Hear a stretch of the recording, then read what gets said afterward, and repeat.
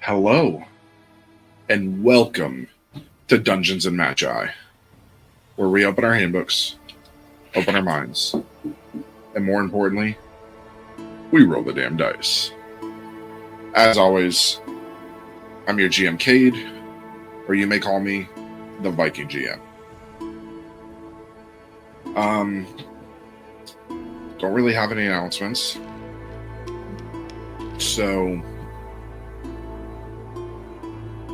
I say we just jump right into this thing. Jump into this thing. All right. So, last we left off,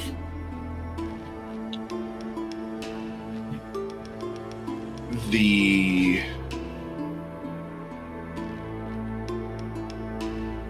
council was... You were put in a place that is, I mean, for lack of a better term, wacko. Upon going to this place, or through this place, known as the Luminous Verge, you found yourself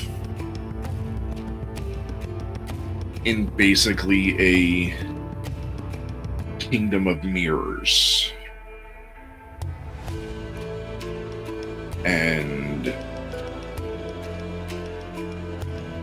with that, you found a door. A door that a hand was reaching through.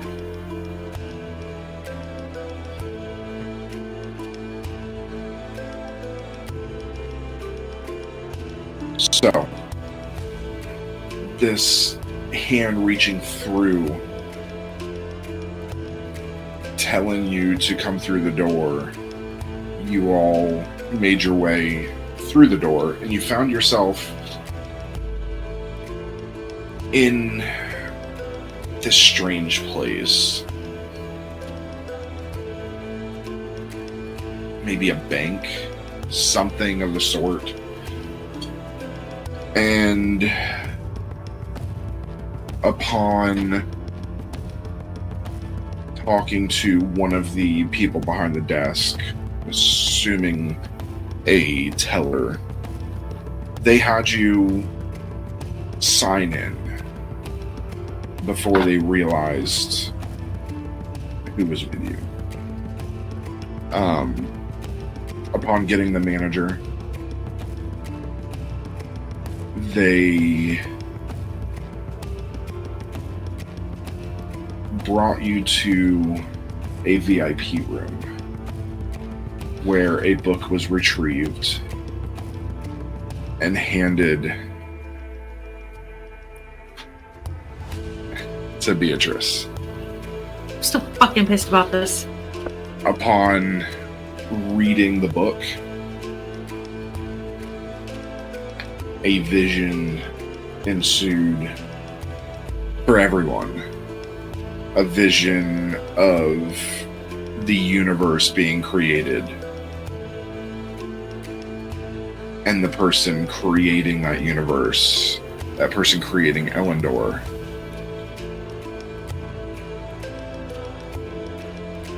was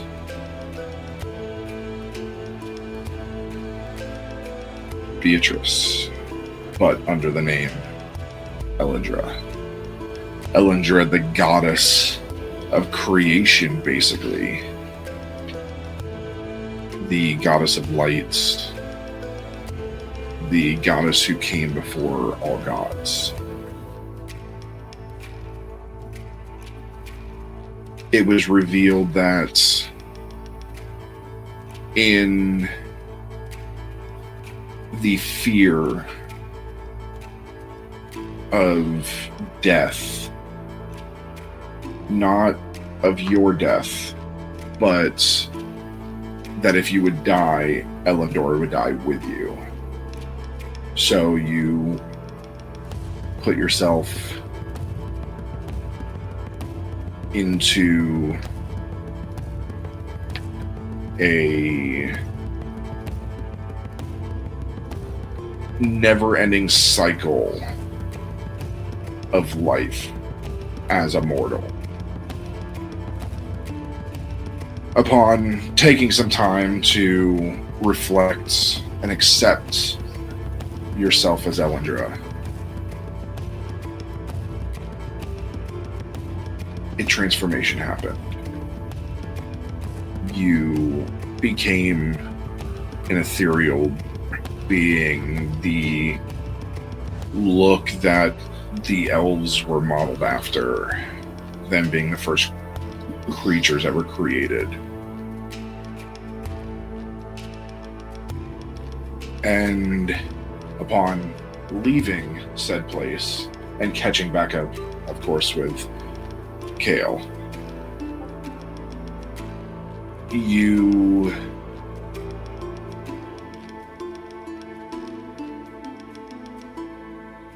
decided to help Colin and Kale as they pledged themselves to your service, and you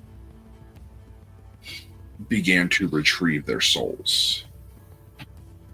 As you are retrieving their souls, a portal opens, and out steps Belzathar, the brother of Kale, the ruler of the Nine Hells, the sole devil left in existence. And that's where we pick up tonight. So, as he steps out, he smiles at Calathar. Brother, how generous of you to swear what isn't yours to give. And then he shifts over to Colin. And you, little forge master. I try to stand as still and brave as I can. I can still smell the iron of your promise on my hands. And he spreads his arms, and behind him, chains stretch into infinity, each link humming with a faint rhythmic heartbeats, souls bound, pulled taut, straining against him. Do you think a goddess's light could burn hotter than hellfire? You belong to me, both of you. I forged you in my shadow long before your dawn ever rose. And the ground begins to fissure. Shadows crawl like oil, and your light, Elyndra, flickers, not from weakness, but a refusal to ignite violence within your own creation.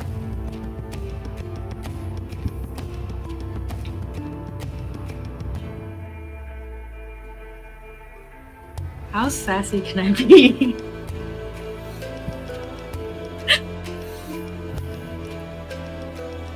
I look at Belzathar. Like, well, technically Colin was mine before he was yours. He creates this red darkness. I do the same opposite, like the opposite color on in my hand. So his appears as this red and black, almost fire, as yours sparks with lights, yellows and golds and blue, as he thrusts his hand out. I mimic. And all of you see their powers meet in the air like colliding suns. One golden, one black, each trying to swallow the other. The air around you ripples, and every soul in the room feels pulled between you. he steps forward close enough that Calathar can see the reflection of his own face in his brother's eyes. The same blood. You can kneel to her light all you want, brother. But the flame you burn with, it was mine first. As he pushes harder. I go kind of like this and push. Okay, so this is going to be either might or resolve. We'll do resolve.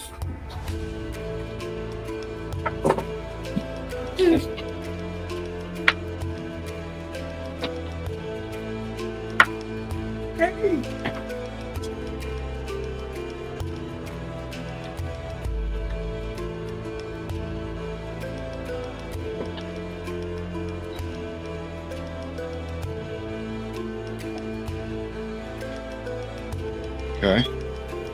2, 4, Okay. and 1. 9, 4. 5 to 18. Plus 3. To 18. As his darkness begins to push and the light begins to fade ever so slightly. I push harder. Alright, go again.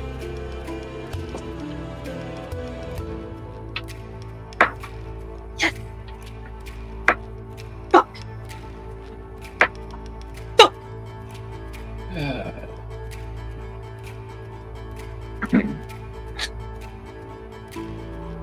Our priority tokens reset, right? Yeah. Hey, I'm gonna use one of them to re-roll a 1. Okay. Come on, Elyndra, you can do this! Okay, 6, 3, 1. 10, Reroll the 6 or the 1. 6, 5, 15, 6, 9, 4. 13, Plus 3. 16. She ended up with the same number as she started with. To 15. I rolled shitty on that one. 4, 4, and a 2. And he has a plus 5. As he pushes, you look at your husband as his soul is quite literally torn between you and Belzathar as you push, and it begins to balance back out. You gotta go again. If we wouldn't get copyrighted, I would say we have to play the Mortal Kombat theme. I got this essentially the same exact rules.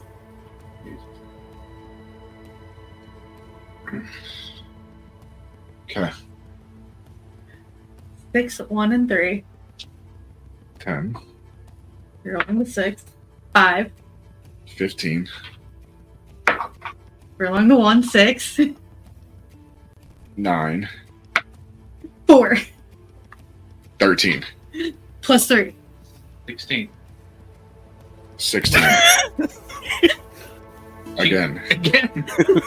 Almost exactly the same. No, Loaded dice. No, it was the exact same rules. Hey guys, coming soon to Brooker's Forge Dice, loaded dice. They're not. To 13. I rolled low. Why are you making that? She won. Oh, yeah. 16 to 13. I mean, I can Want to lose your give him soul? No. as you push harder and the beam begins to move closer to him. You win one more time.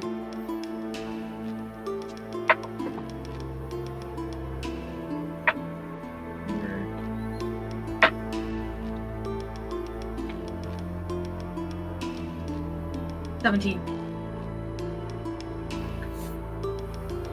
Fuck. To 13. Oh. As And he kind of stumbles back. I think we can come to some sort of agreement. They pledged their souls to me. You are breaking an agreement that was made. What if we help each other? The last goddess, the last devil, we work together to make Elyndor good again? I stumbled over words, okay?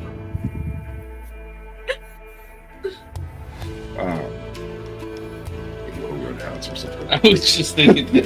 What? We get little red hats or something. Going to be great. Elyndor's going to be. It would be mega. Oh god. Make Elyndor great. Oh again. yeah. It would be mega. Totally making mega hats. Great, huge. You're gonna love it. I had a better words picked out in my head. Um, They just came out the way in my mouth. and he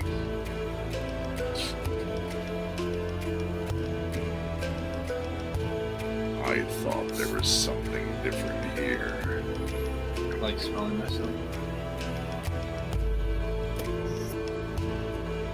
You smell like sweat because you haven't showered in weeks. What are you proposing? I mean, really, let's come up with something that we can both live with.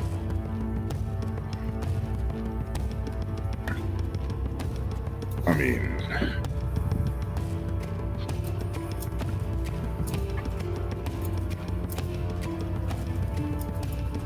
I'm quite literally the only devil of the 9 hells. Don't get much more powerful than that.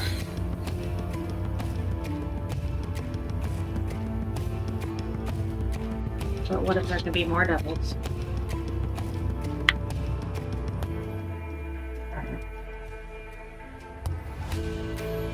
And you are the leader and king.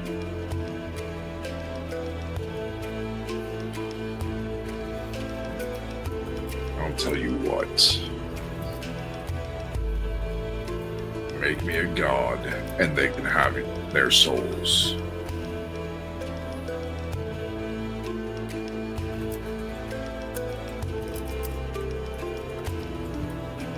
I can try.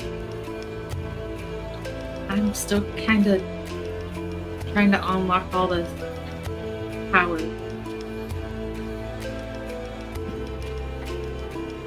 That is my offer.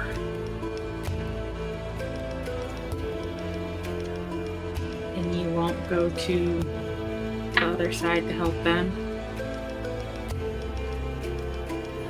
You make me a god. A god of... How about the underworld?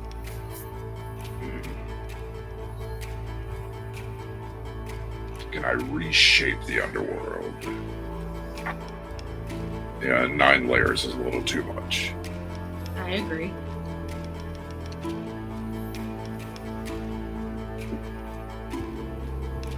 Deal. Like, do I get to keep the hammer? No. Okay. I offer it back to him. It's gone. Yeah. Was really using it anyway. I'll attempt to make Belvabar a god. Somehow. Just a Without god. killing him. Just gonna make him a god. Or are you gonna be specific with this? I will make him a god of the underworld. As I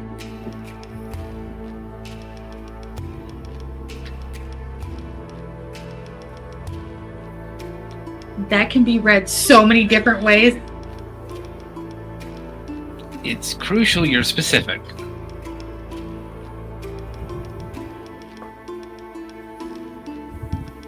I mean, she's not a fucking genie. Just saying. She's giving somebody. Because it's fucking hilarious, and I'm making Belzadar the god of the underworld, but beneath me. I mean, you're the creator god, so there's nobody more powerful. As I You're like, think of yourself as a proto god. Just saying you don't want him as equal status of you because then he can overthrow reread you. that in the mind of a gutter. I mean, technically, he quite literally is beneath you. Just saying. Okay. I channel the power. I will allow you to pick which stat you want to use for this, but you need to explain why you're picking that stat, how that stat's used.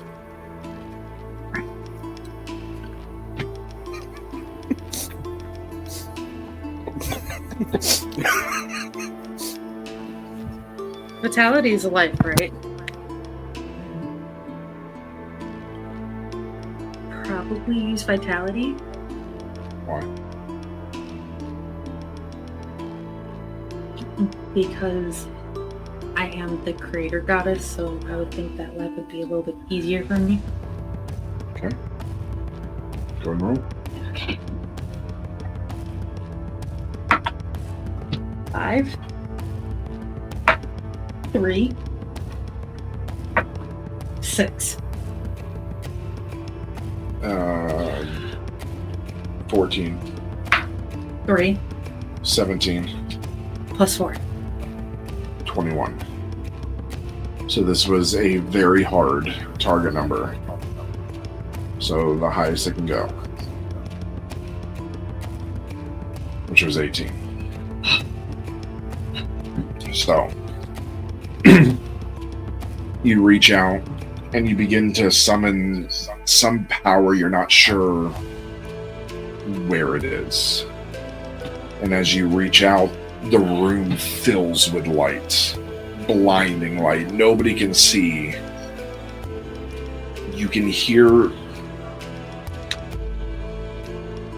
It's almost this buzzing sound.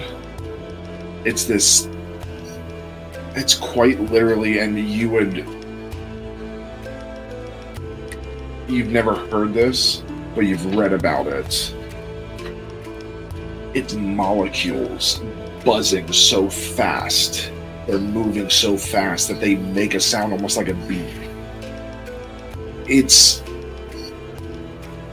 in the world of magic, in this world, this is quite literally how fire is created from nothing. Instead of fire just appearing, molecules move so fast that they catch on fire. And that's almost what's happening here. And this large wave kind of pushes everybody back. You stumble a little bit. And as the light dims before you, you see a man. An elvish man. Pale skin. Long black hair. Part of it put up in a top knot. The rest nice and low all the way down to about his belt line. You see large metal plating all around his body, black metal chains wrapped around his arms. And if you look at Calathar, you see an air of recognition that this is what his brother looked like before he was turned into a devil.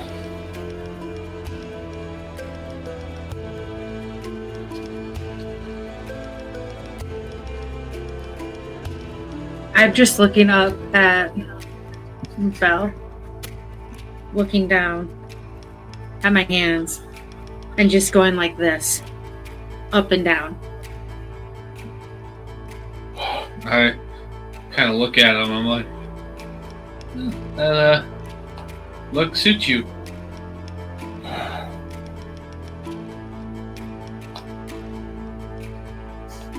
I'm me again. And the voice changed. No more deep voice. He's got that royal accent, much like Kale's. And his voice is a bit deeper than Kale's, maybe a bit scratchier. Yes. And Kale looks at his brother.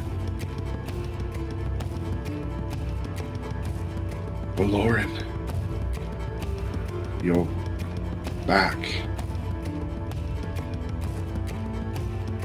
And for once in millennia, the name Belzathar disappears from record. And in the place, he takes his old name.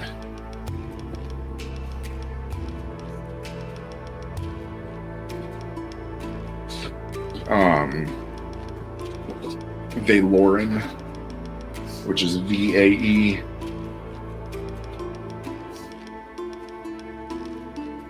LORAN. VAELORAN. Stormcrown, which is their last name.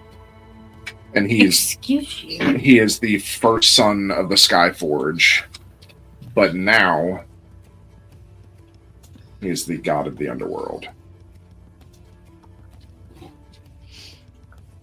I'm still like bobbing my head up and down between my heads and Valoran. And I will say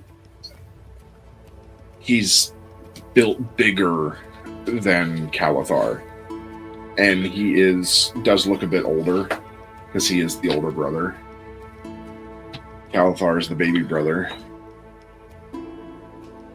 Ugh.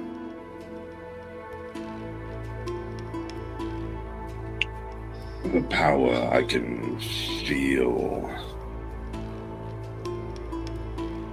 It's quite unlike anything I've ever felt.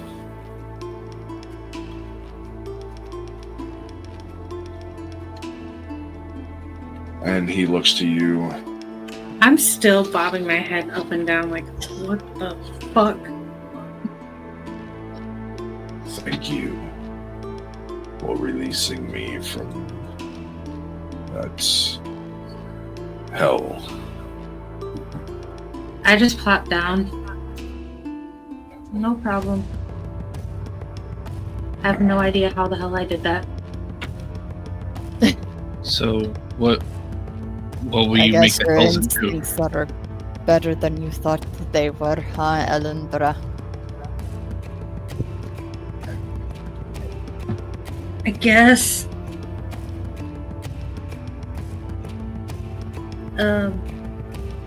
Just I don't know if I can do that again. I don't know what I did. You able to do something a little bit more opposite. Like what? Turn me back into human. Huh? Turn me back to how you know me as. Look at my hands. And I looked at Arthur. I can try, but no promises. You do what you can. might actually just be more humanoid. Not sure if they'll be human.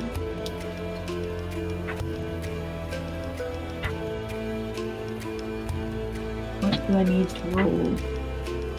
Try and make Arthur human. Same thing. Oh boy. Gonna be You guys are really testing the dice gods on me. Uh huh. Aren't you the dice god? Ask you what she wants to ask you. Okay, 6, 3. Beverly's like, can you make me a virgin again? Good, No amount of god power can do that. because I wouldn't do it. That's crossing way too many lines that I don't need to know about Bev. 6, 6, and 3. 15, 1, 16, 3, 19, 5, 14, 4. 18. Just exactly what you needed. So, not in as much of a flashy thing, but you do see the transformation happen. You can almost hear bones cracking as Arthur goes from this large creature back to being a human. Okay, no more And God you more today. are tired. You have a level of exhaustion. I go over to help. I just You're like visibly sweating. I go over to help Elle. Make sure she doesn't collapse from his exhaustion. I just sit and like gravity is my enemy right now.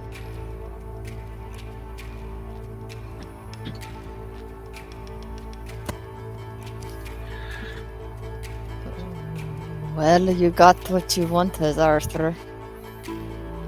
I'm testing my muscles as they once were. This will do better. Mate,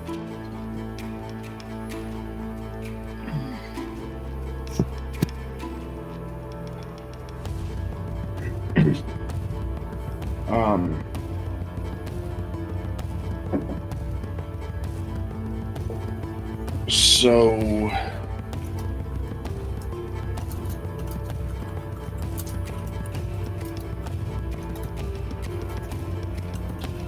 while this has been happening, Valoran has been off on the side, and you see his hands moving and magic coming from his hands as every once in a while he'll thrust his hands down and then keep going.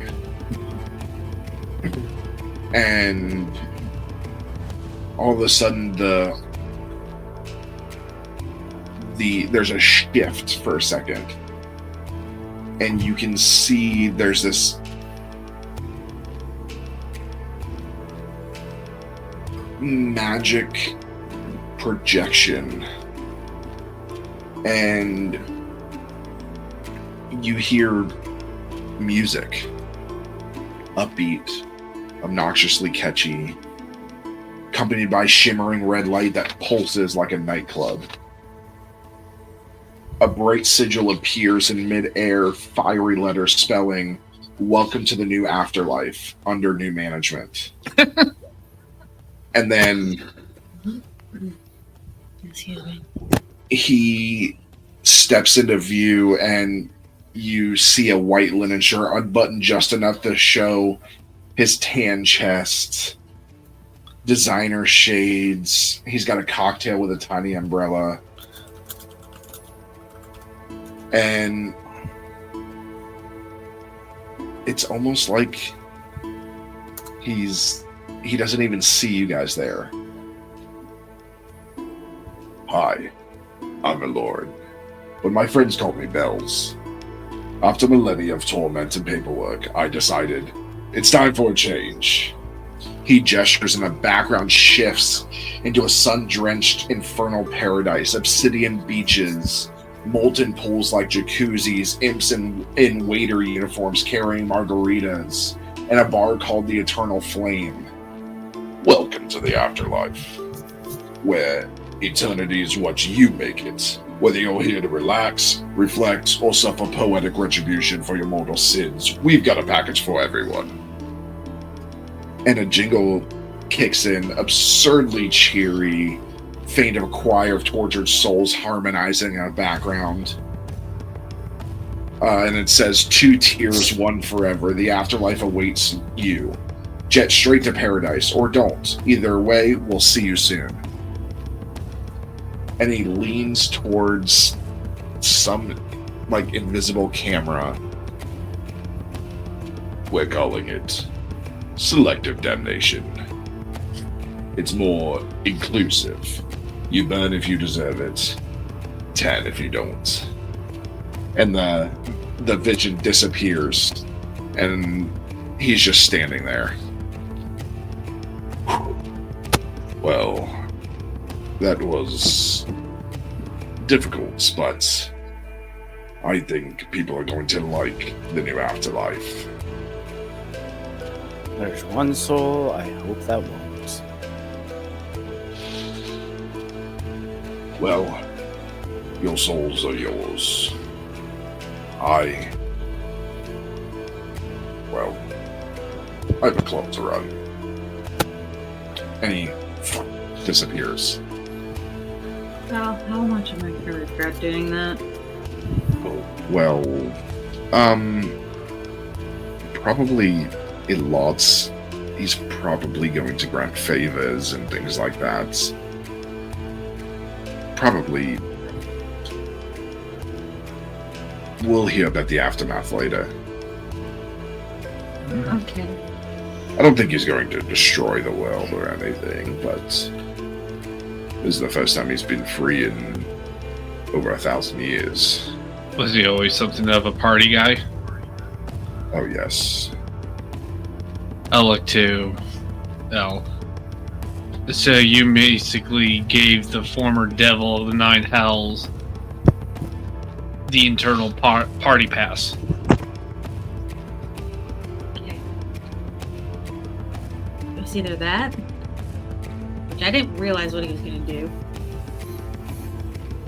or you and Cal would be in the underworld. Oh, don't get me wrong. I think you did the best decision you could. We just got to make sure we don't end up permanent fixtures of whatever underworld club he creates.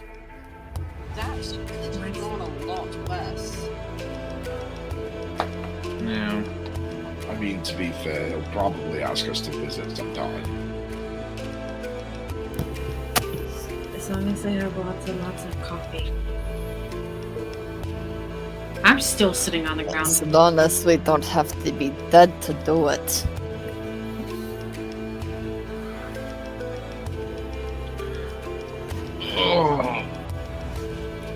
So, I say we get some rest. Is that But tomorrow, I say we start a crusade. Hey, you make it sound so blasé. I mean, what's all about it? We go spread the word of the great Saint Elyndra. I mean, goddess Goddess. Elyndra. I mean, she's still a saint. We also. Okay, can we just like go to bed and argue when I'm Whoa. not about to pass out? I'm sure Colin would love to be a goddess fucker, but I don't think you want that kind of thing tonight. Technically, you don't need to sleep. Gods don't sleep. Okay, You then I just need need to relax and recharge. my bed. You know, like, I don't know, from what I've heard, most gods rest after 7 days. It's an oddly specific number.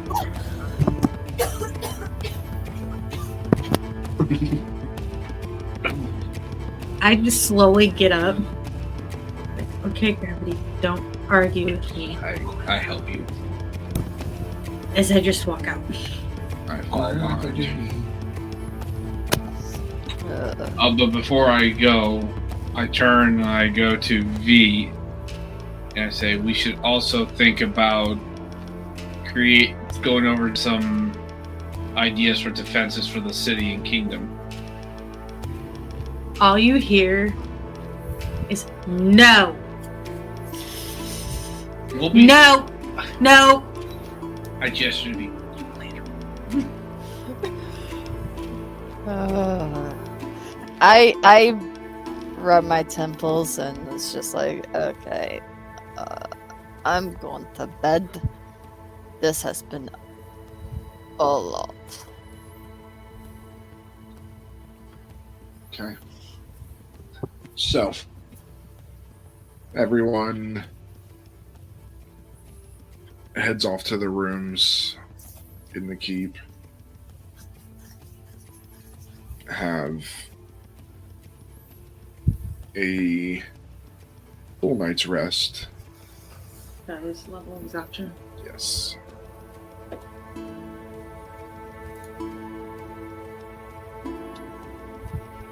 And the morning dawns. Rays of sunshine shining through the windows. But the light isn't white. It's like this prismatic color. Yellows and reds and blues and greens. And as each of you kind of like slowly open your eyes,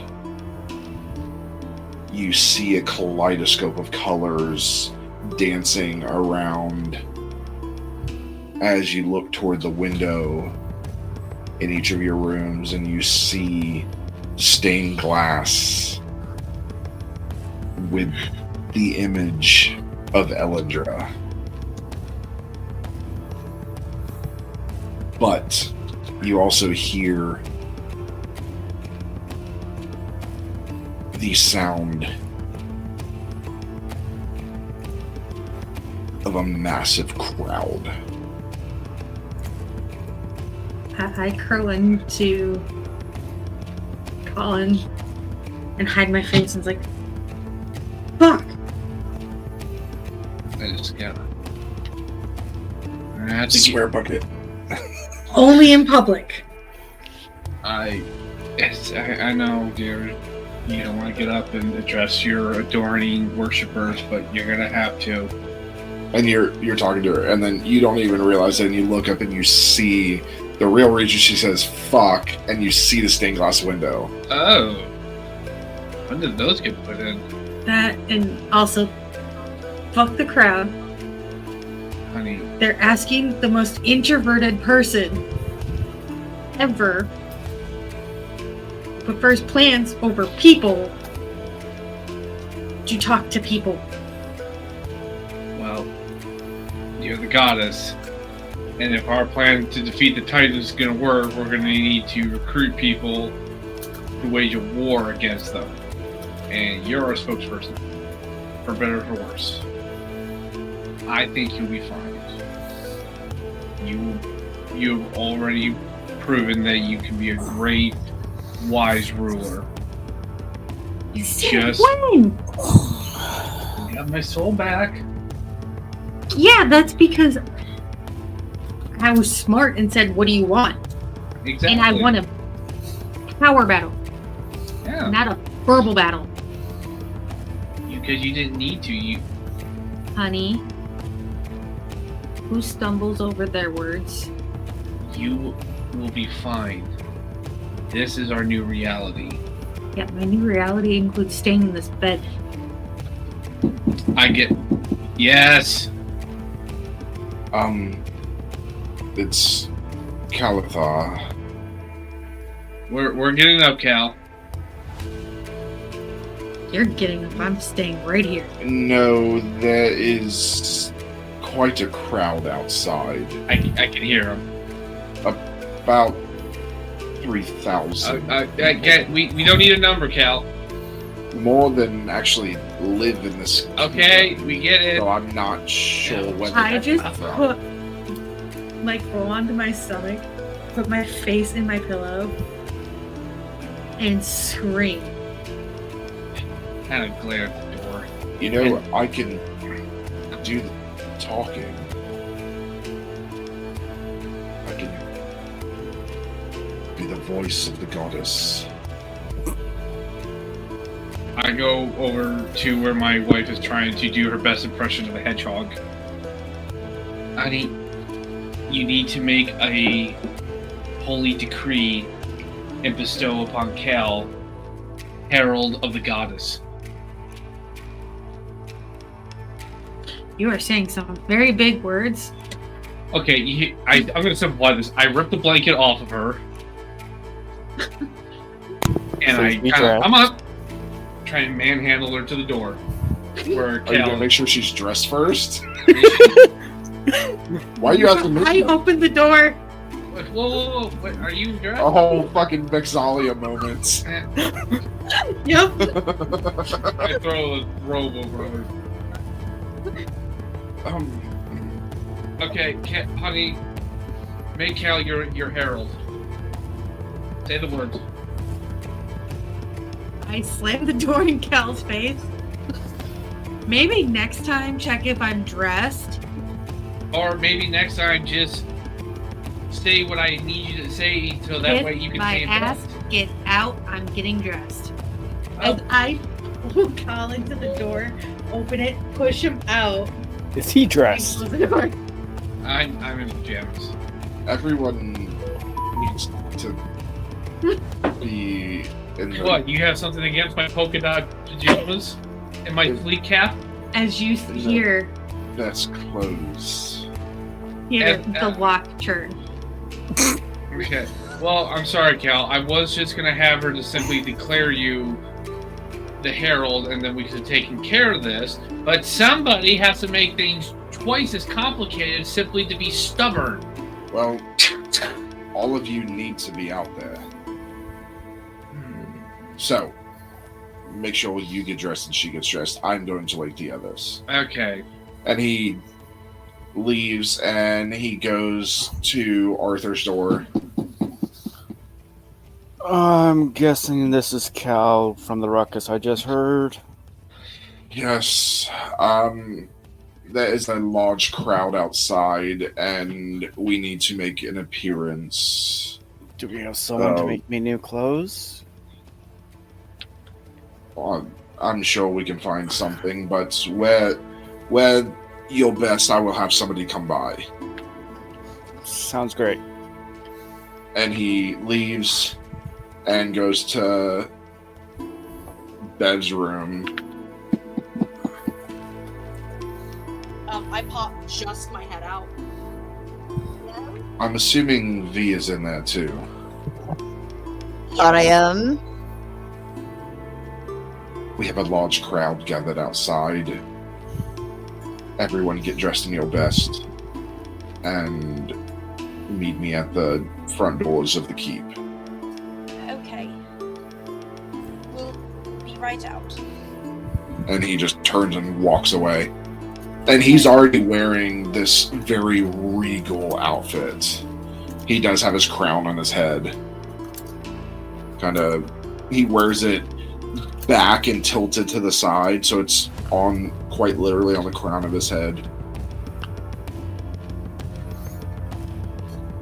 So, everybody gets dressed in their formal wear. Yep. Mm-hmm.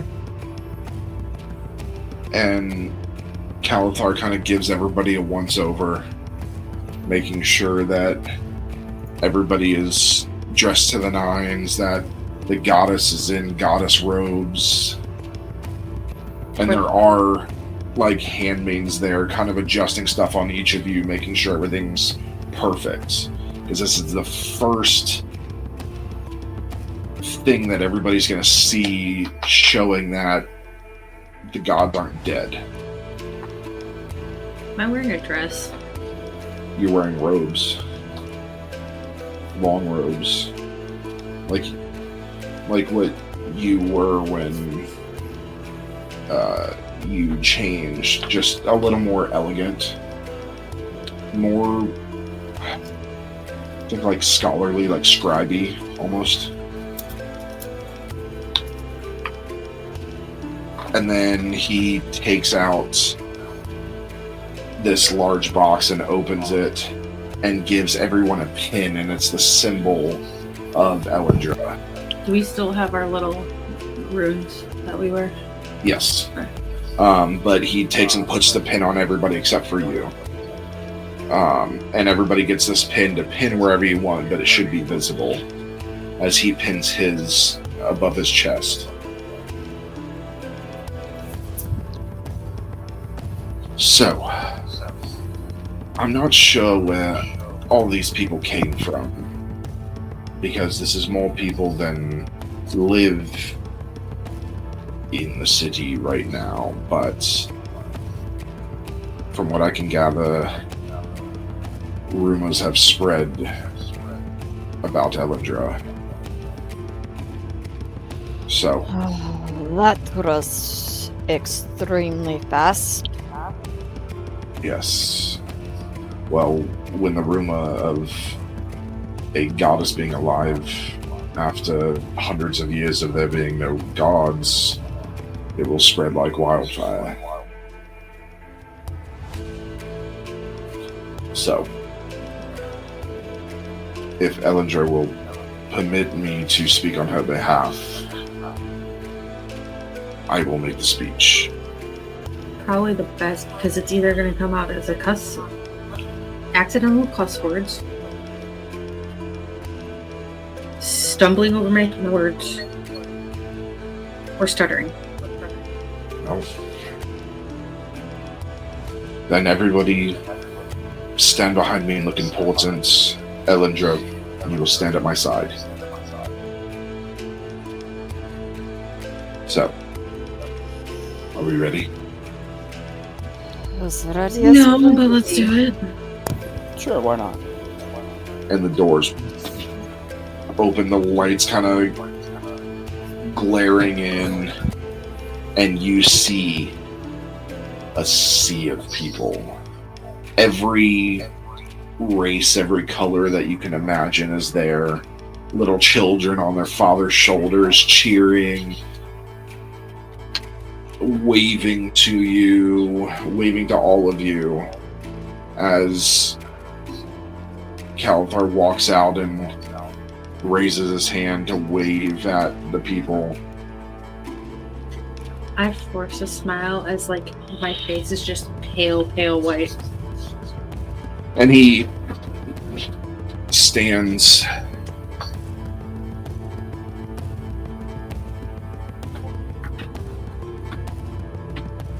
so Kale steps out, Elyndra next to him. For too long, we have knelt beneath broken skies. For too long, we have mourned the silence of gods. But hear me now, people of Elyndor. The dawn remembers us.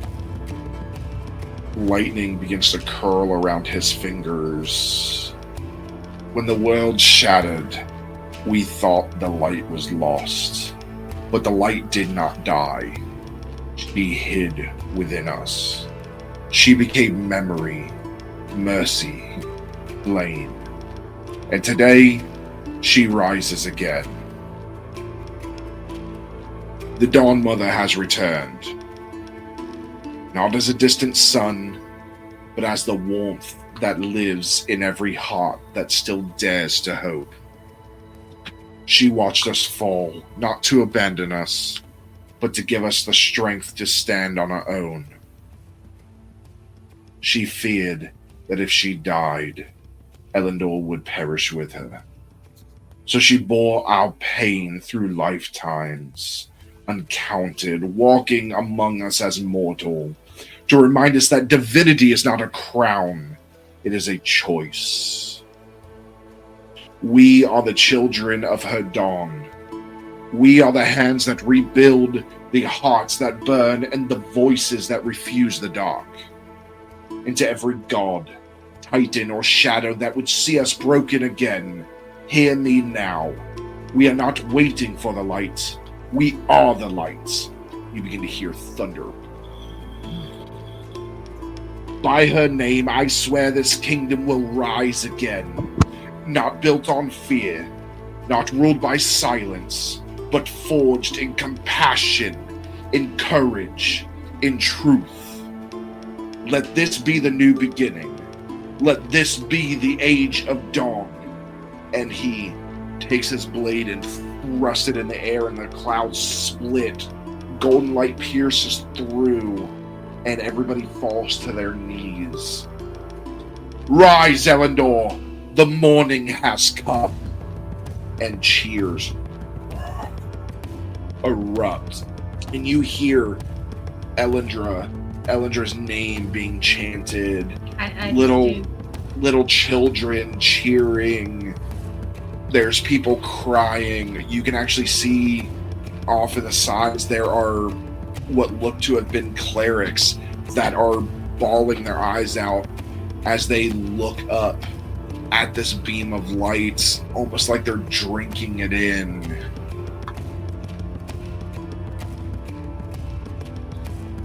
And then they all begin to scatter, but they don't leave the city. They move, they pick up tools, and they begin to help rebuild the city. As everybody takes on various jobs, the city is now standing at 3,000 strong.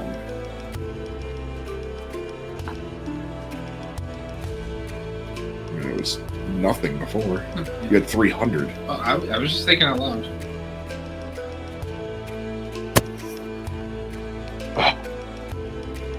Speeches take a lot out of me.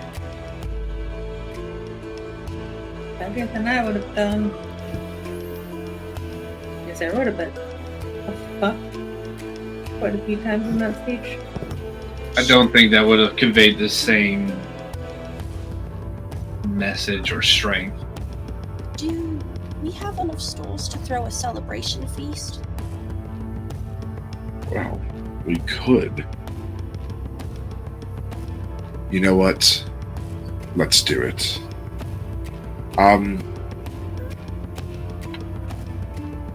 It would be Colin good for the and morale of our people. You two figure out the construction of where we're going to host this party, what we need, the banners, things like that. If you have to make it, make it. But we shall celebrate a god coming back. Arthur, I need you to worry about security. We need to make sure that nothing gets in. Alright. I swear, if you say just sit here and look pretty, I will hit you. Sit there and look pretty. I slap Arthur. Be careful, she's a goddess now, so that Careful. is like That's a divine god- smite. That's Godsmack. No, but GM, would that actually be divine smite? No. I'm not a paladin. You're a goddess. So he looks to Elyndra. You can technically do what you want, but why don't you help figure out what food should be served? This is a feast for you, after all. What food would you like everyone to know should be made to honor you?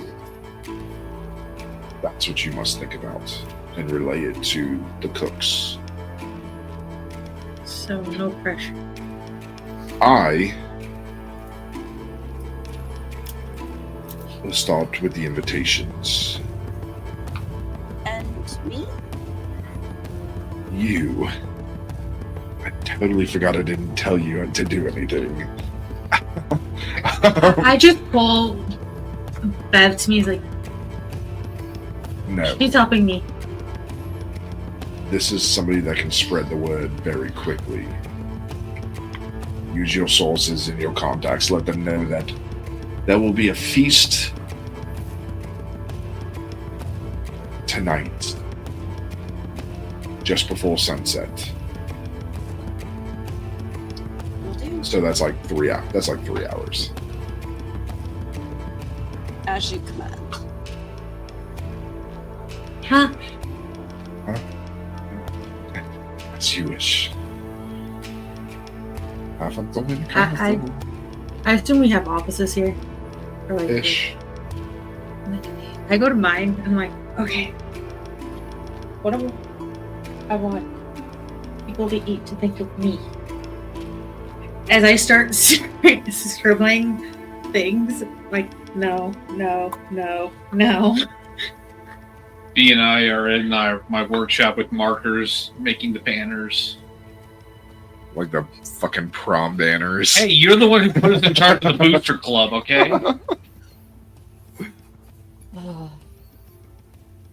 This I'm is still just scribbling and V, do you have a pink marker or pen or something? Quill. Quill? Yeah, what would we use to color? Quills. I have purple. Wells? I mean, you would have like ink that you could like put on a cloth and stain it.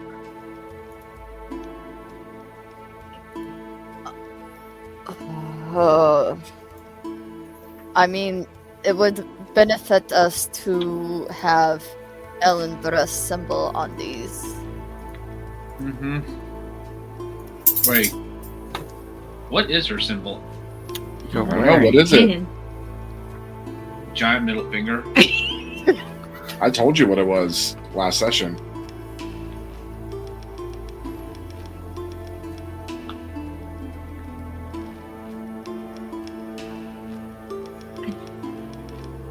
Fuck. That's the one thing I didn't write down. You I guys didn't got write down either. a golden feather with a ring of light around it.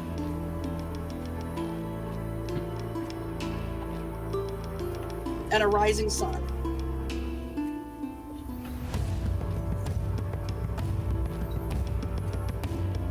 Yes, it is a golden ring of light encircling a single feather with a rising sun in the back. I still think the rising middle finger would have been better.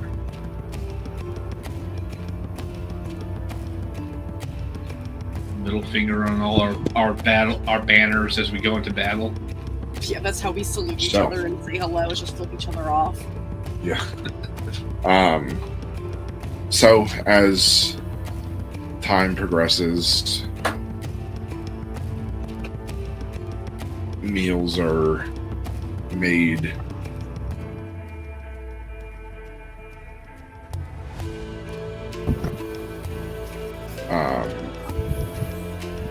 I will say, Colin would know this about V, but she is actually very artistically inclined. Which is why I basically gave that task to her. To be like, here, you do it. And all the time I'm trying to help, I'm thinking, why didn't I make an air compressor to try and make an airbrush? Do you remember the painting I did that got us in a whole lot of trouble on the space station? with that airbrush? Yeah, All the one with the council members and their genitals are in like random places. Or generals. Genitals. That would be kind of really weird to have a bunch of generals. That was fun. That was absolutely worth it. The punishment of 2 weeks cleaning the sanitary tubes was worth it.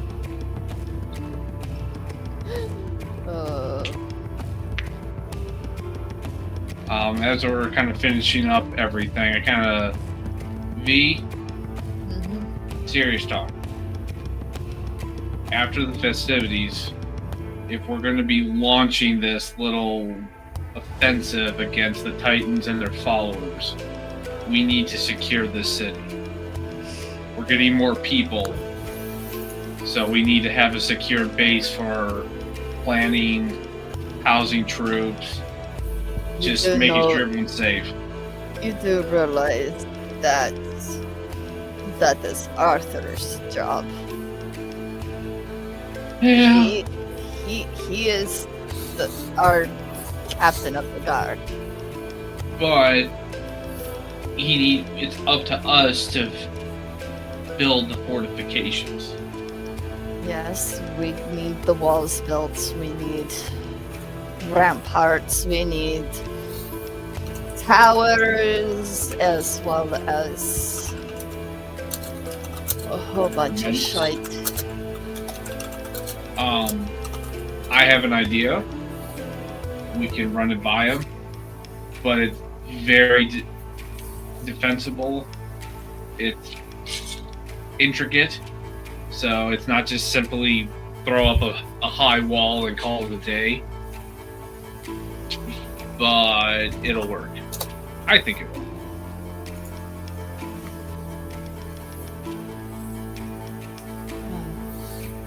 We do need to talk to the others about it, but yes. We are now big enough that we need the wall. Especially since now we are the rebirth place of the Dawn Mother. Who now has 4 bodyguards. He's gonna hide from all of them and slip away. How are you gonna hide from Beverly? I didn't say from Beverly. I said from the 4 bodyguards. You don't think Beverly's gonna be watching you? You don't think Beverly would tell the knights where to go? Knowing that this is why Arthur put them there? I would still try. Okay. So, by late afternoon, Dracoria hums like a living heartbeat. The air smells of roasted fruit and honeyed bread, of metal polish and excitement. Every street glows in the warm amber light of sunset filtering through newly raised banners. Or in V and Colin's case, banners that may or may not be entirely symmetrical. To be fair, they may have had some creative differences.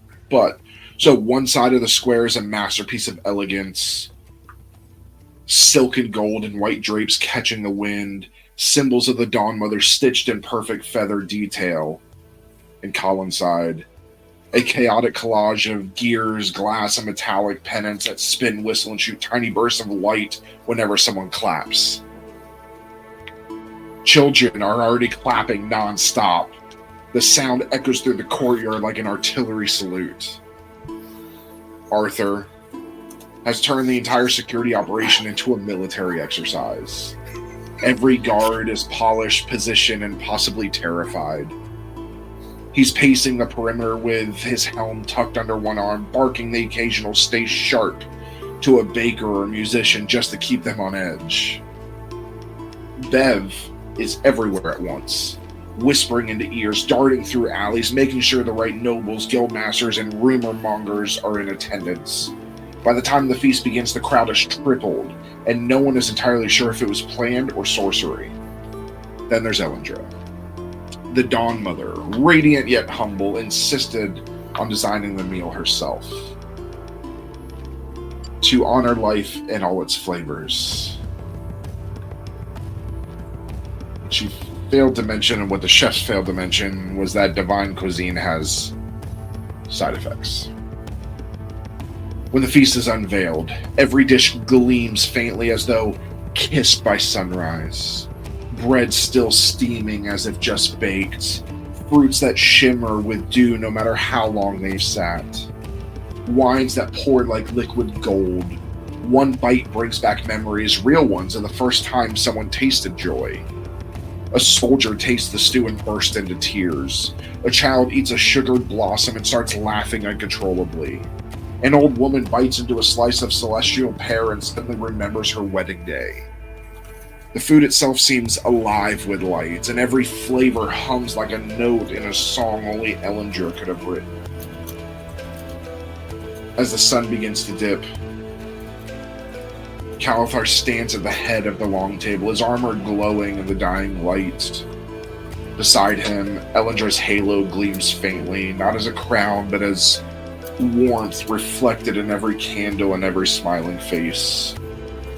Music swells, not from instruments, but from the people themselves, a low hum of contentment that becomes song. And Calathar stands and raises a glass and hits ting, ting, ting, ting. And everybody's heads turn. All of you are sitting at this long table.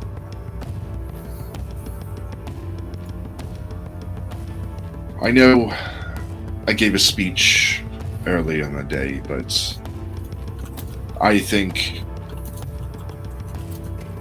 that it's much needed here.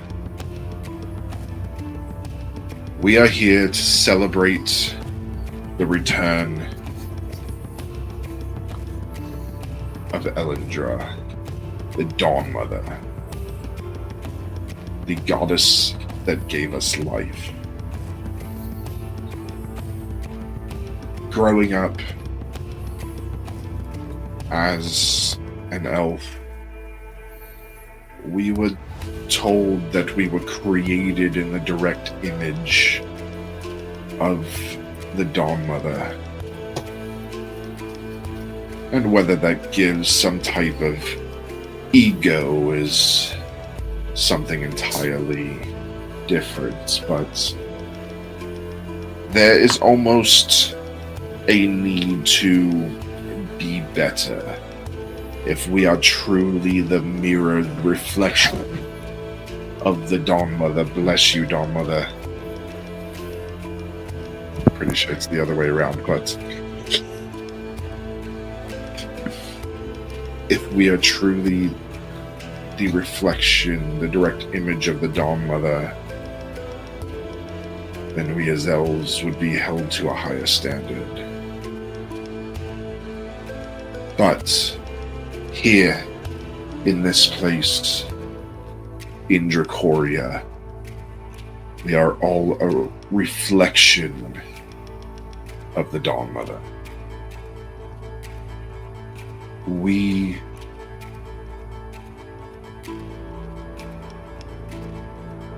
guide ourselves by her light. We fight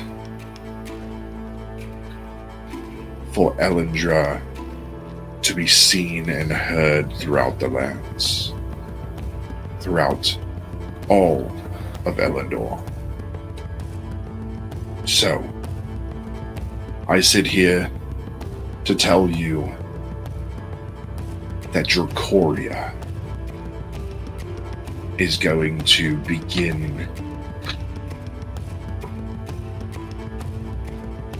a crusade to spread the word of Elyndra, to let the rest of the world know that the gods are back, and to let everyone know that that there's a war coming. Titans are rising. They threaten to erase the memory of Elyndra and Elyndor as a whole.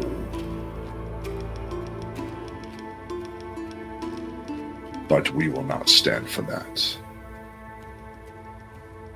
We shall do whatever it takes to bring back the gods. We shall do whatever it takes to stand triumphant over the Titans. And we shall do whatever it takes to make Elyndor great again.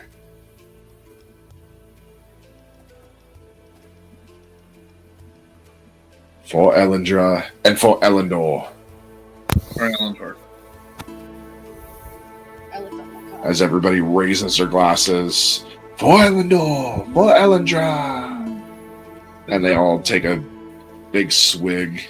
And again, you see everybody. You see dwarves, you see gnomes. The dwarves are sitting there pounding ale back.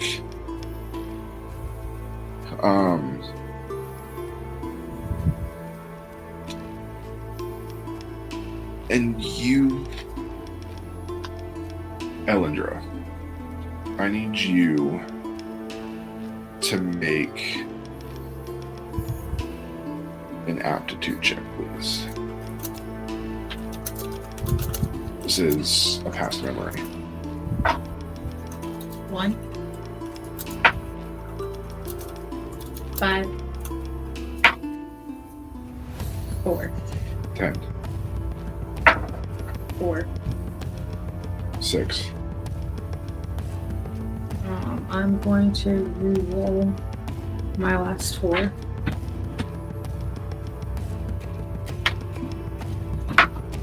3. That'd be worse. That's 5, 4, 3, 12, plus 3. 15. Wait, you said aptitude? Aptitude. Yeah, 3. And it's also a memory of a past life.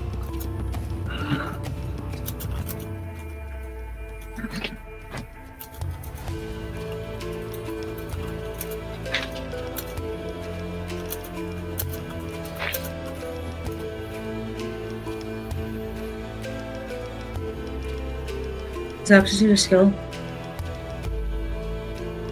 Yes. Okay. Well, it's only... The only thing that would make sense is life-tied memory. But it's only gained temporary access to a random skill or language. Okay. I don't have... So,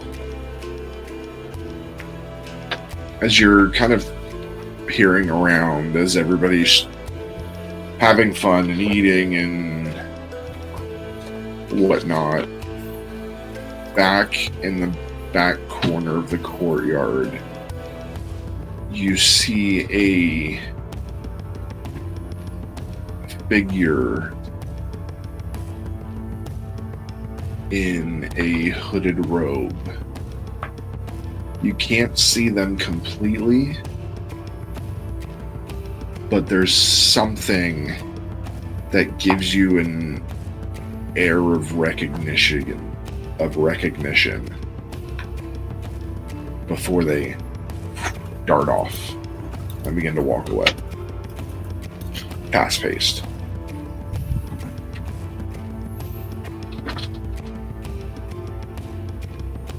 I just kind of sit and like really think.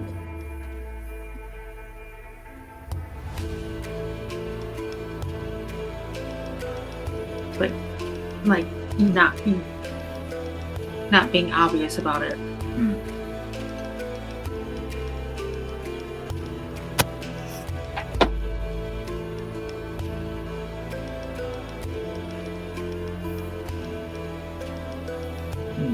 I'm down my cup of ale. And I look over to Elle. And I say, "So, honey, how do you feel of your official first day as the goddess of the realm?" I will stab you with the fork. What? I pull in and I give her a nice big smooch on the cheek. Hey. Is there a way that I can make him not drunk? This is cruel. I mean, you could ask your guards to make everyone keep pace from you.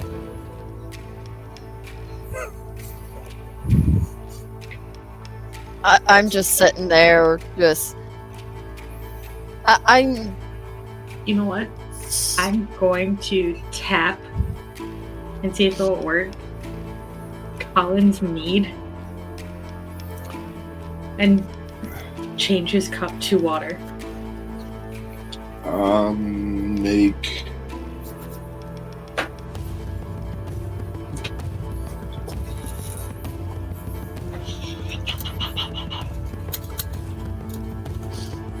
Say make a finesse check. 5, 3, 4, plus 1. 12. Sure. Damn it, come on. Yeah, you're. And you're probably drunk, so you wouldn't even slowly turns notice. to water, and you don't even notice. You think you're getting even more drunk. Wouldn't I notice the difference? The You're taste? you're sloshed. Oh, okay. I'm actually pacing myself, both with drink and food, and You just notice me, like, just picking at my food.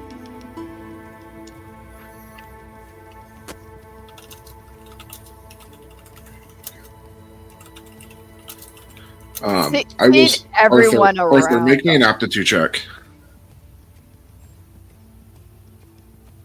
You make an effort. Okay. Here. Let me see. There we go. Let's choose this one.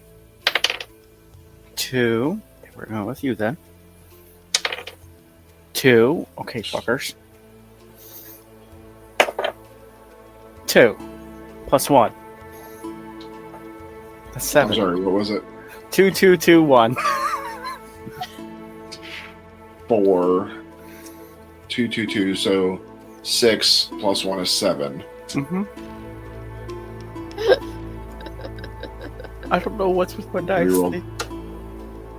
Reroll. the one. I didn't get a 1. The 1 was my aptitude. Oh, okay. 7.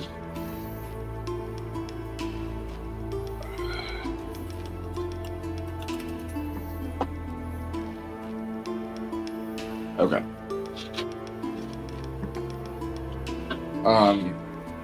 You see this figure, this hooded figure that was watching on the stage and then quickly hurries away, tucks their face, and keeps walking. I'm gonna politely excuse myself and then go in the direction I last saw it. Okay. I'm still thinking hard about who this person is. Yeah, there's just like in the back of your mind, there's something. It's like something's trying to get out, but there's a gate that's locked that it just can't quite make its way out. Arthur, roll a finesse. Okay. You know what? You 3 failed me last time, so I'm using these 3. I hate you. 1. 5. 5. Sorry, 1. 2 plus 3. 11 minus 2 equals 9 plus 3 equals 12. to 29. I did a 6, a 5, and a 4, then rolled a 6, then rolled a 6, then rolled a 2. So you're trying to keep up, and he's just moving at a quicker pace. You can try again. Yes. 4, 6, 6, 16, plus 4, that's 20, plus 2, that's 22, so 25. Okay. To 7. So you you catch up, and you are within an arm's reach from him. I'm gonna try and grab and yank him back. And he kind of stumbles backwards.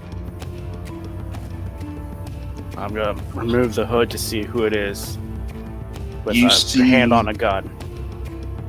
This man in his mid-30s, weathered, these kind of almost star-like eyes.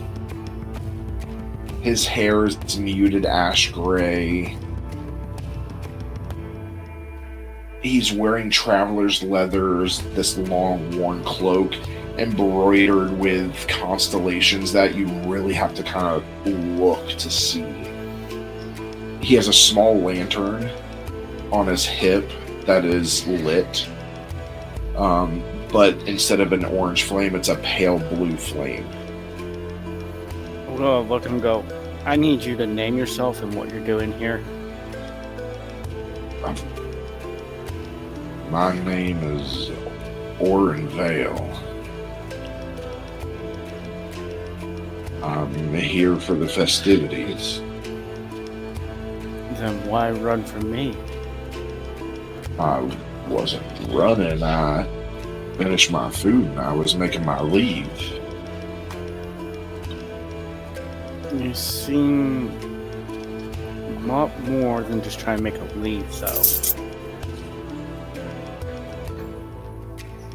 I mean, you can see what I look like. Some people stop and stare, and I don't want to take away from people focusing on the goddess being back.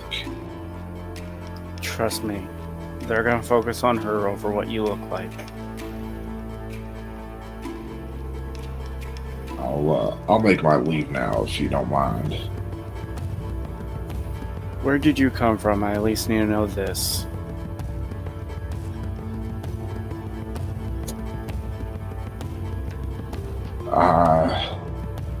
I traveled. I came a long way to see the goddess. Why? Oh, why not? It was the first goddess in millennia. People have traveled hundreds, if not thousands, of miles just to get a glimpse. Why should I be no different? Because you're trying to leave, while others would revere to stay. Just because I like to go to bed early. Listen, I'm not young anymore. I need my beauty sleep.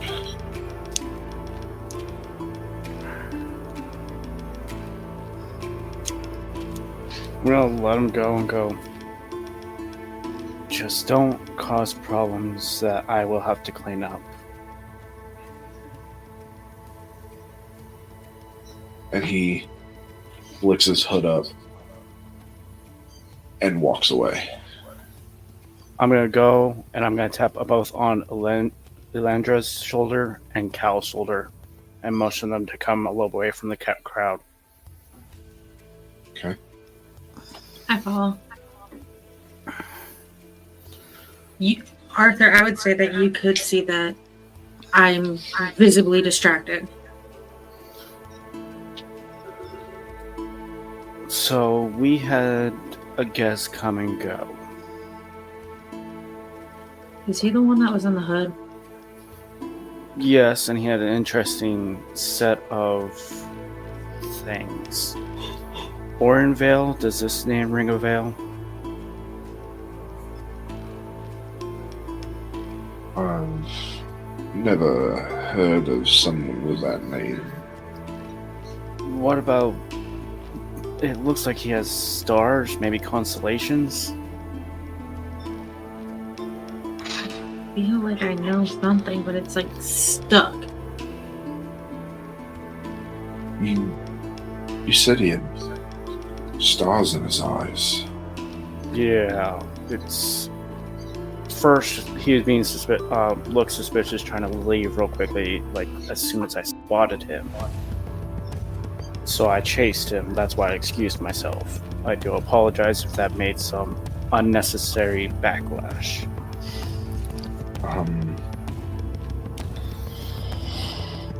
But I caught him. Somehow. Guy was quicker than you.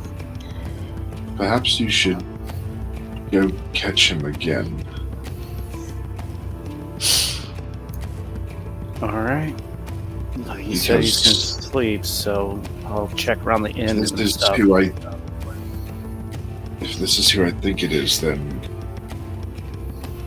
we have an issue. Where do you want me to bring him? Bring him to the keep. Okay. I guess we'll introduce this issue to everyone. I look right at Elyndra. No ditching your guards until I'm back. And I look to him. I don't respond That because goes I'm for still, you as well. I'm still completely distracted by trying to figure out who this person is. Kale walks up to the table. My great people, myself and the council and the goddess shall make our leave. Please continue to enjoy the festivities and make it home safe. And the rest of you guys are like, what? Mm-hmm. With me obviously absent. We need to go. We need to go back to the keep. There's something pressing. Alright. I just automatically follow Cal. I'm completely distracted. I follow. And I'm obviously hunting. So, Arthur, currently there's only one inn Okay. in this place. The rest are being rebuilt. So that's probably where you'll find him. Alright, So I'll I'm say gonna- you could do some digging and you are told where his room is. I'm gonna go up to his room and knock only 3 times. Orenvale, it's Arthur. Hold on a second. And he opens the door, yawning. Can I help you? You remember what I said before we parted? You said a lot of things before. That not to try to make unnecessary problems for me. Literally came back here and went to sleep. Yes, but apparently you're a problem. I just need you to come with me for now. I'm not gonna harm you or anything like that. I'll even put you under my protection for now, so that none of the others will try to harm you. Okay. Get your Let me stuff. get my things. And he starts putting his stuff on, grabs his lantern, clips it to his belt, and it still has a blue light to it. I'm gonna look at it, but I'm not gonna push for anything right now, as I'm gonna lead him to where I need to take him to the keep. Okay. So, as everybody's sitting in their chairs, Arthur walks in, the door's open, and in again walks this man in his mid-30s. this ash gray hair, and you can actually see it kind of gleam from the moonlight from outside. And again, Elyndra, there's just something about him you can't quite put a finger on.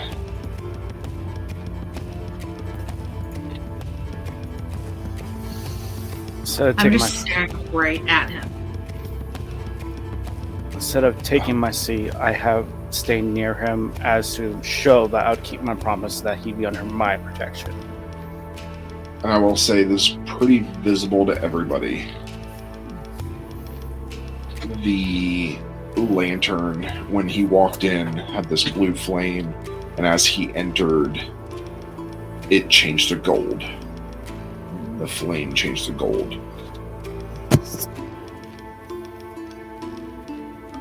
You saw that, right?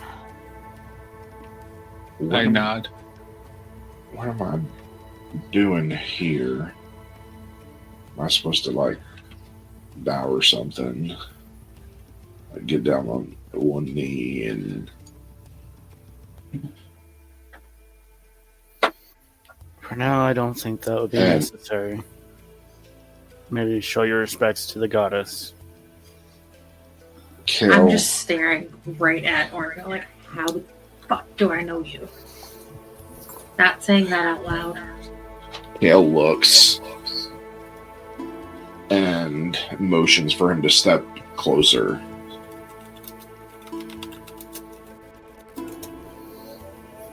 And I'll follow with him again. And I'm going to say this. As much as you're concerned, I did give my word that he's under my protection. So please, let's not do anything stupid. I'm kind of looking at Colin with knowing his mind of trying to invent things or that rocket launcher thing. Well, there's nothing I can really do here. That's out of character. I know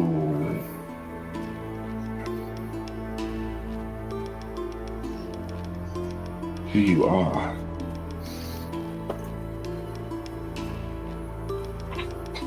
Your name is not, well, maybe it is now, but your name was not Orin Vale.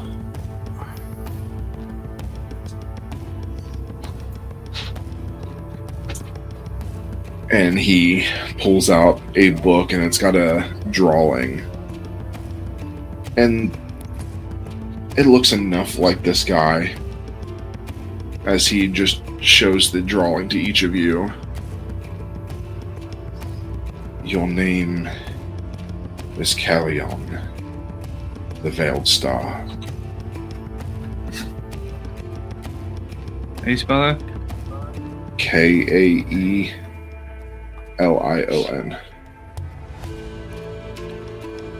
Say Morning Star? The Veiled Star.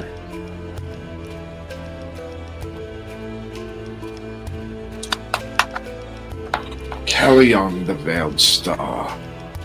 The domains of twilight, oaths, and the quiet between worlds. And he begins reading from the book.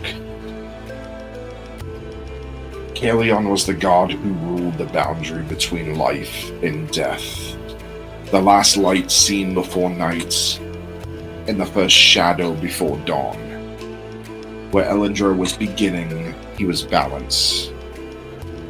Together their light and dark wove the rhythm of mortal existence. Elyndor's dawn brought life. Callion's twilight carried it home.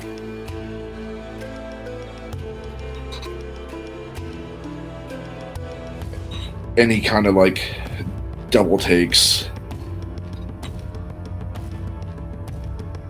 Their love wasn't fire and passion. It was the infinite exhale of creation itself finding peace in its reflection. When the shattering began, Callion foresaw that the god's collapse would tear the veil between the living and the dead. To protect Elyndra, he did something unthinkable. He broke his own divinity. pouring half of his essence into her halo, ensuring her survival through her mortal cycles. The other half of him fell with the dying light, pulled into the mortal realm. There he became trapped, memory erased, his godhood buried under the weight of mortality. His lightless half forgot Elyndra entirely, living as Oren Vale, a wandering scholar and chronicler who feels inexplicably drawn to stories of dawns, lost gods, and a woman he can never name but always dreams of.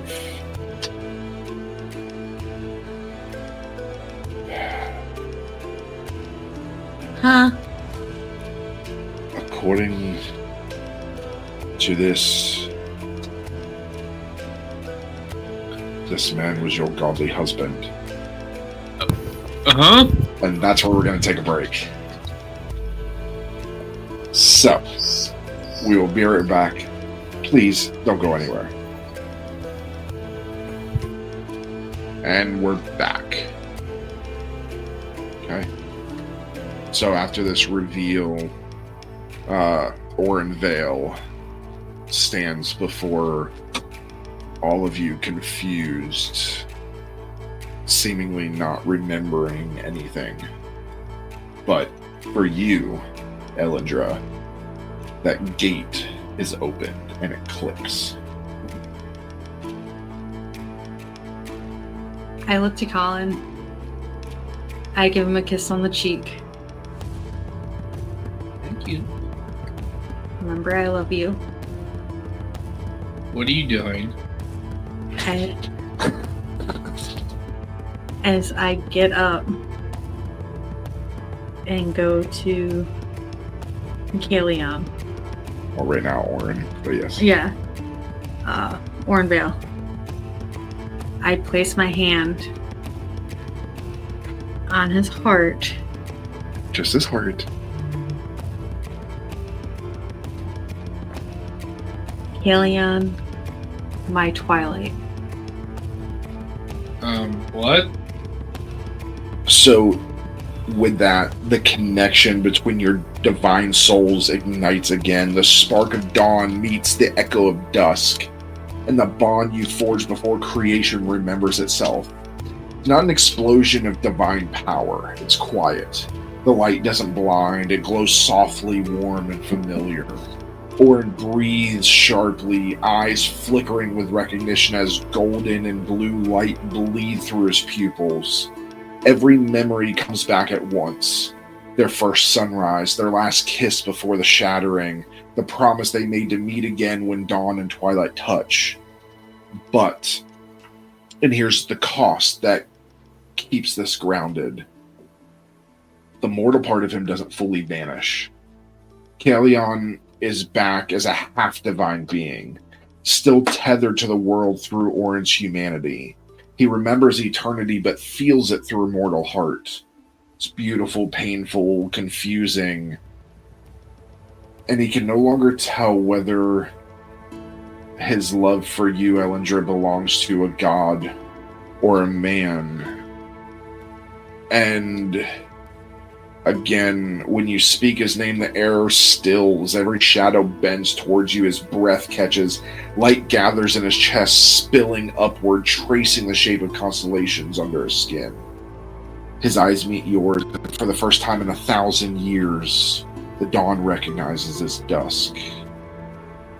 And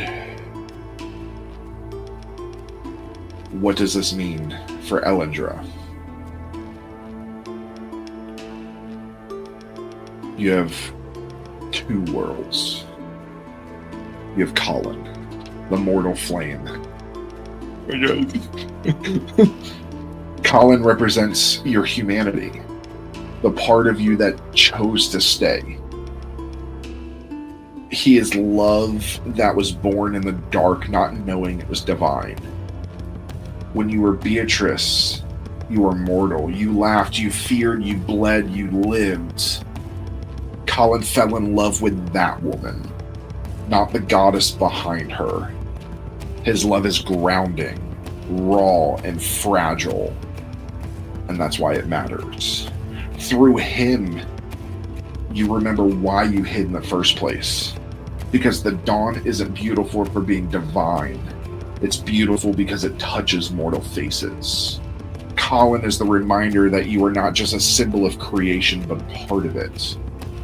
When you look at him, you see what your divinity can never truly touch. The wonder of living a single fleeting life. He is the warmth of the fire, the choice to love even when it can end, the courage to be small in a vast, immortal world. And then you have Kalion, the Forgotten Star. Kalion represents your eternity, this side of you that can never die. He is love older than memory, cosmic and inevitable, the echo that survives the end of all things. Where Colin offers you a home in the present, Kalion offers you a mirror, a reflection of what you lost. He remembers you as you were before fear, before mortality, before hiding your light. To be near him is to feel the pull of your true self, the goddess you have long denied. But it's also dangerous, because with him you risk forgetting why you ever became Beatrice at all. He could remind you what it feels like to be whole, but at the cost of your humanity. Kalion is the twilight that balances your dawn, the promise that light and shadow were never meant to destroy one another, only to meet. He is your eternity. Colin is your choice. So, Elyndra's story here is about choosing or not choosing between two men. It's about choosing between two selves. With Colin, and of course, you don't have to make this decision now. With Colin, you can live a single life, love imperfectly, and die as a woman who changed the world from within it. But with Kalion, you can ascend fully again, become the Dawn Mother reborn in the immortal flame who rekindles creation itself. Just something to keep in the back of your mind. I realize this. I looked at Calathar.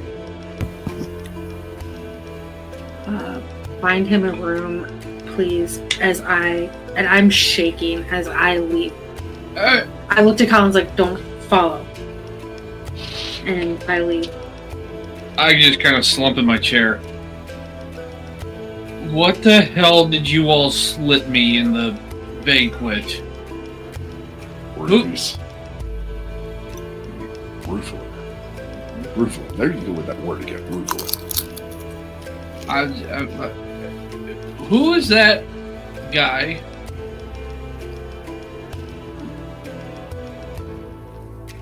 My name is Kalion. Another Cal? Who are you? How do you know my wife? I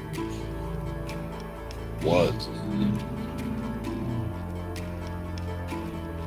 her husband. Beg your finest pardon? We were the first gods. I'm not sober enough or not drunk enough to deal with this. I remember this time that we... Listen here. I'm her husband. I don't know what you guys had, but it's not happening. I'm kind of swaying.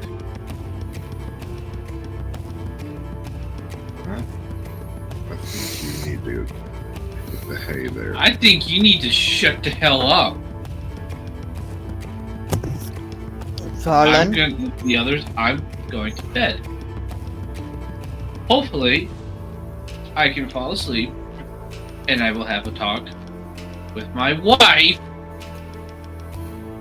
when I'm sober. Because if I try and talk now, it'll be a goddamn disaster. Good night. As I kind of just lean forward and start walking like this, because... You fucking penguin? Yeah, because when I'm drunk, I overemphasize my steps. So is that real life leading into fiction? Absolutely. So... So Calathar just takes Callion and guides him to a room. I'm sleeping in the workshop. And Elyndor is not in Oh. Now go to my room. the room. okay. And you go to your room, and just as you go to close the door, you see Calathar bringing him to a room right next to yours, and then leading him in and closing the door. Oh no. It's the only available room. Let's close the door. Is there like a high, like with the key? How tall is it? Like 1,000 feet in the air at the highest point. Is there a way to get to the highest point? I mean, technically, no. I mean, the highest, if you get to the highest point, no. There's. Is there a way somewhere that's high up that not a lot of people know about? Yeah, well, I mean, people know about it. They can see it. But yeah, I mean, there's a way up there. Back in the day, it would have been used as a dragon watch. I go sit up there.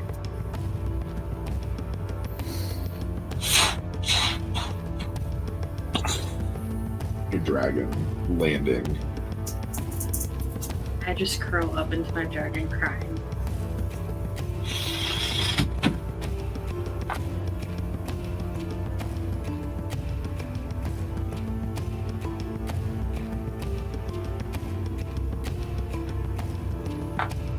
Colin's my humanity. Callion is my eternity. Watch Colin die.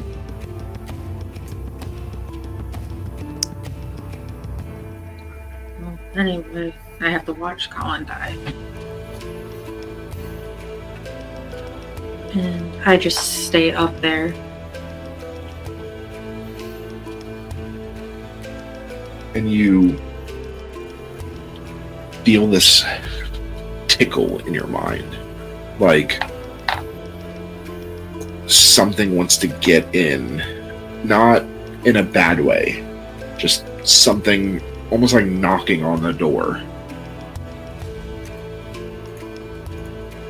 I cautiously open it. And you hear, "It's okay. I'll stay with you as long as you want." As your dragon looks you in the eye, and you recognize that this is the voice of your dragon speaking to you for the first time.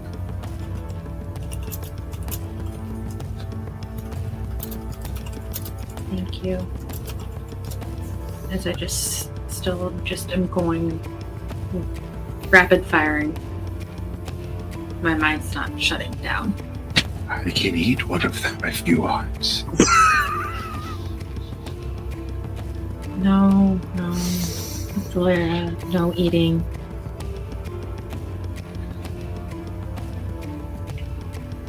Scare Colin?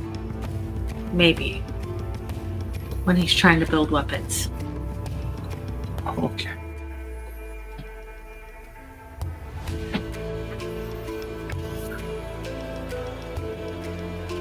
Soon, I'll be big enough to fly on. Then we can go for a ride. That would be perfect.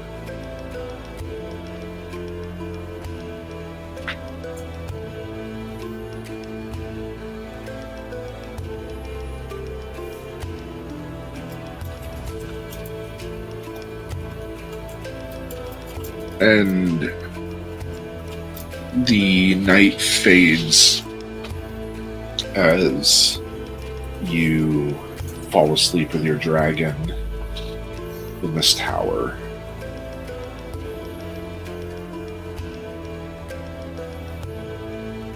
Dawn breaks, and you can feel the warmth of the sun against your skin. And unbeknownst to you, that causes a massive ray of light coming off the castle.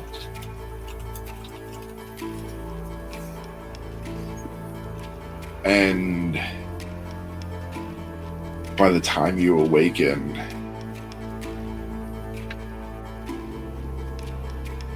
there are about 1,000 new people in the city that have followed what seemed like the Northern Star.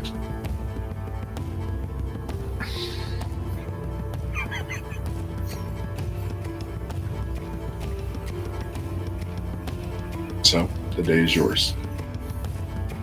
All of you. I get up and I have a hangover.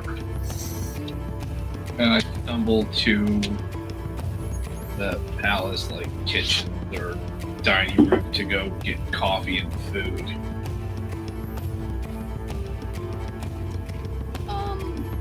I actually write a letter for a new arrival. And I'm gonna slip it under his door. Okay. It basically just says that while my loyalty is first and foremost to my friends in my kingdom, that I can understand how horrible this must be to wake up to, and that I'm here if he needs to talk. Okay. So, trying to get in favor of another god. No, basically, I mean, imagine you wake up and your wife's got another husband that she's more likely than not gonna pick over you. God, it's like Mormonism. Yeah, but instead of But wives, it's husbands. At the beginning, that's why. Reverse Mormonism. That's why I clarified at the beginning that, like, my loyalty's to my friends first and foremost, so he doesn't think that I'm going to go behind Colin's back and do anything, but that I can understand how alone he probably feels and that I'm here if he needs to talk. Okay. And I slip it under the door. Okay. I just down coffee and scrambled eggs and potatoes and just like, I made these myself. Because I didn't see any kitchen staff or anything, so I just attempted to make food for myself so that I could clear my head. It's because you used the wrong kitchen. That would explain why. These people are up before the crack of dawn making food. Which kitchen did I use? Use the kitchen for the help. Oh, They have their own kitchen. So you're eating the help's food. yeah. Now I just feel guilty. I'll have to stop in You're the eating the poor people's food. I'll have to stop in town and replenish their food. I'll make them a new stove. I just finish eating and I just go to my workshop and I start drawing. Does Colin even remember anything that happened? Oh, he remembers. He's just. You No. hear this. And it makes you jump. What the? What is that? And then you hear us.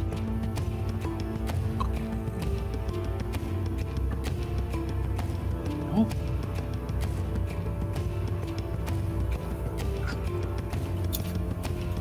What's that? I turn around trying to find the source. And it is Elyndra's dragon.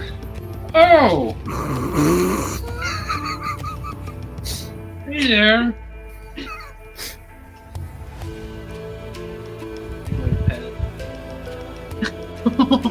Yeah. I'm trying to be nice. Where's my dragon Pete? All you guys hear is Solera. Get in here.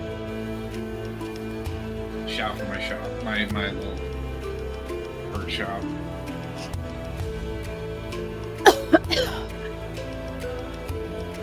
I walk in.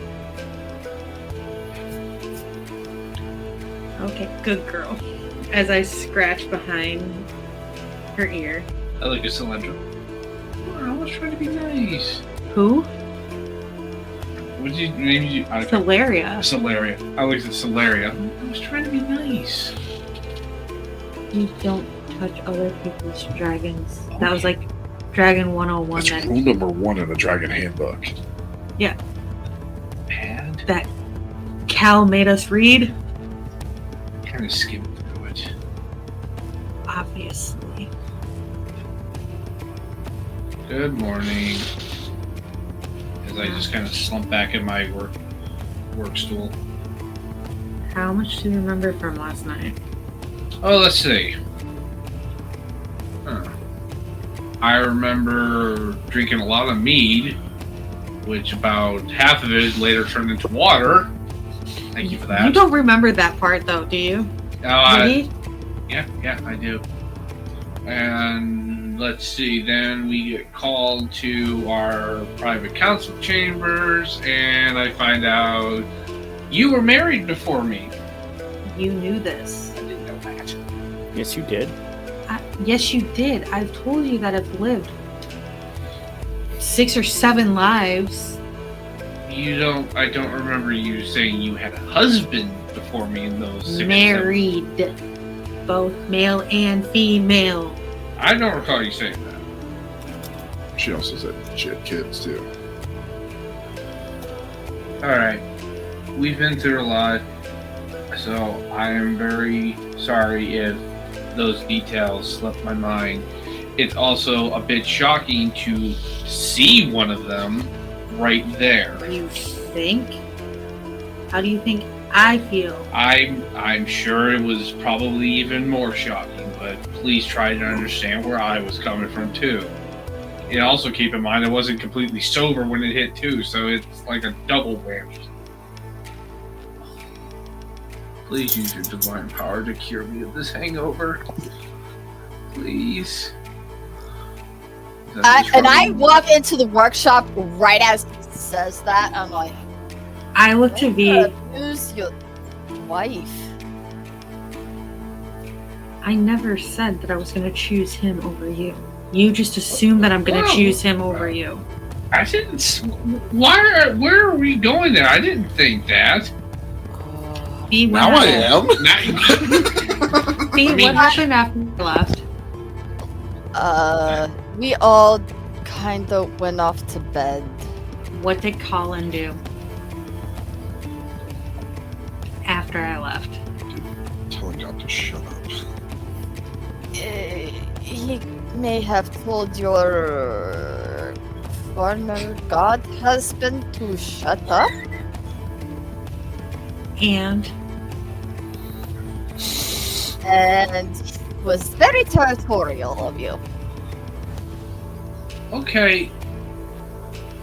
ergo, underlying fear of me choosing him Okay, over I you. distinctly remember you not taking the psychology classes when you were going to medical school. So where's all this coming from? Fake. Probably from one of my other lives. Plant psychology. Of course, you would, in one of those lives, be a shrink or a therapist. I also had to take those courses before I met you. Okay. We got married after I completed medical school. I was in like my final year when we started dating. Yes, I remember that. So you don't remember me having to take all those courses in the beginning. Okay. Let's just save us some time. I know you're probably not going to choose whoever that guy is. I purposely don't look at Colin when he says that. Really? Honey, I don't know. I'm going to have to watch you die either way. I'm just like going off, trying to sneak to my corner to get entrapped, and I was just like trying to coax her to come with me so we are out of this. Would you guys like to see what he looks like? Yeah. Yeah.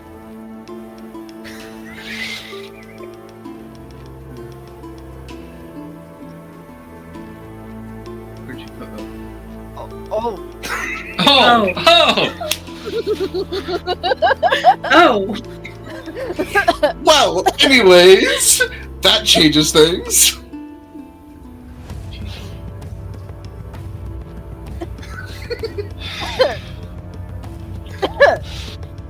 I know. Is that V choking or is that Kara choking? Yes.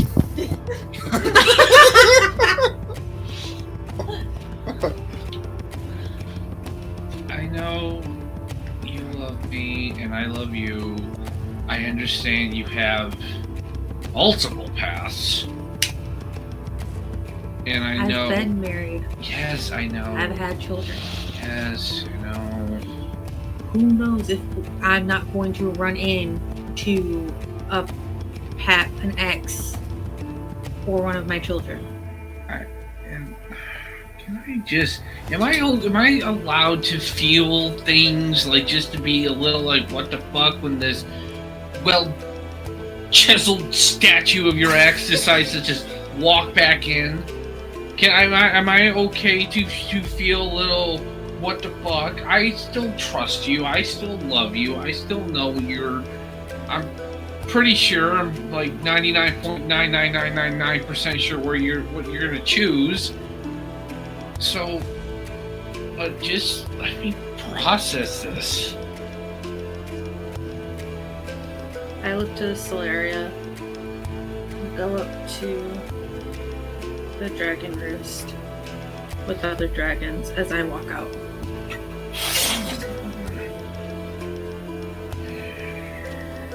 I just kind of put my head in my hands and look down. Is V still there? Unfortunately, you are still there.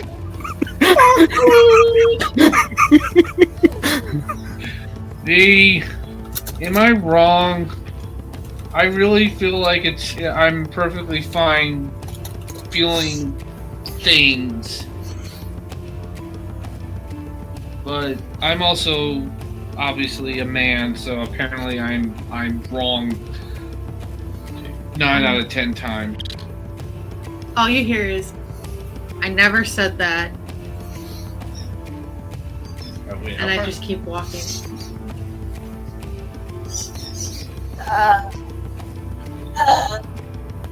Why are you asking me this? Because, honestly, if it were me, in your position, I'd be also having feelings. And she is not saying that you are wrong to have those feelings. But you also got to understand that she is a goddess. She created reincarnation to save this world. Do you not think that her godly counterpart, her husband in that life, would not have also been a part of that? I didn't not think that. I don't know what to think. It's all when she told me what she was and everything. I mean, I accepted it as true. I knew it's like I said. It's just kind of a shock when it literally walks into our palace and it's like, oh. Next thing you know, I see my wife go up to him and puts her hand on his chest and says, "My Twilight." Okay, imagine if Bev did something like that.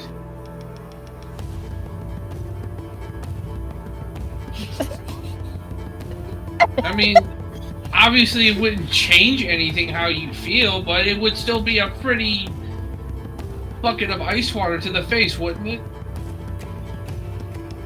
It would. Like I said, if I was in your position, I would also have a lot of feelings.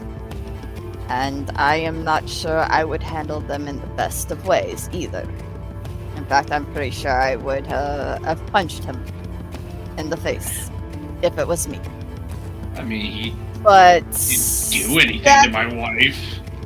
Also punching a god in the face. Anyways, my point is, she loves you. Wholly and truly. It's why I can also see her pain. I know. I see it too. That's why I'm not mad at her. Good gods, it would be like just wrong of me to be mad that she had a past before me, especially now that she's divine.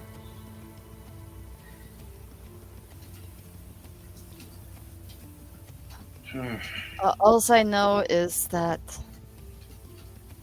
I have a feeling there is going to be a whole lot more fucked up shit ahead of us. Yeah. And honestly,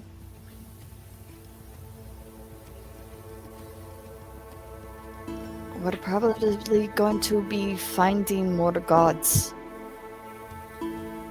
that are connected to her in some way, shape, or form. Some of them may be her children. Some of them may be her siblings. We don't know what's in store for us. We are only mortal. And she is rediscovering her divinity. All we can do is support her as best as we can. Show her that even in her divinity, she is still your wife, my best friend.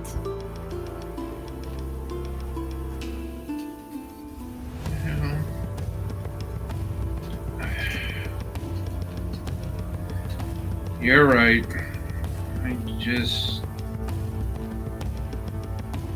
It's gonna take some getting used to, but I know she loves me and I love her. Also understand that Carrion also loves her and has loved her for far longer. I know. It is not a great pill to swallow on that one, but you need to confront it. You need I to know accept it. I trust my wife. I trust Elle.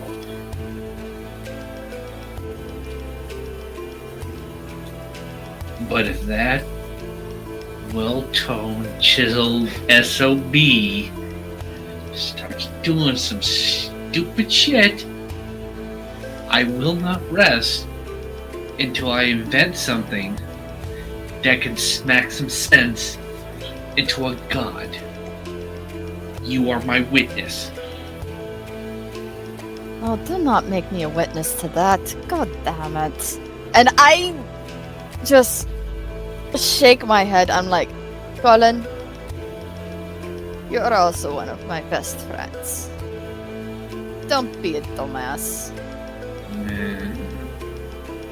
Alright. I'm just saying, he tries to be dishonorable, disrespectful to her. I will confront him. I do not believe he would be. But that remains to be seen. Again, he was her twilight to her dawn. God, that's so cheesy. Gods are not nothing if not cheesy. Yeah, seriously. Alright.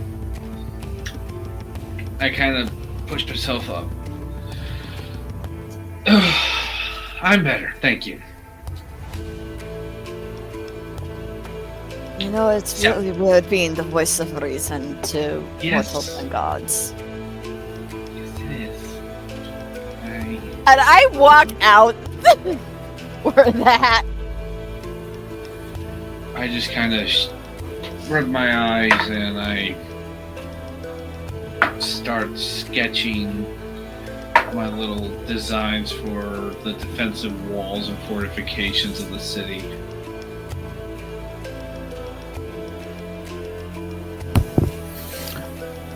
I'm actually going to be outside Vale's room before, and I'm going to knock. Okay. Come on, you must be hungry. There's no answer. I will shoot the lock and break in. Jesus.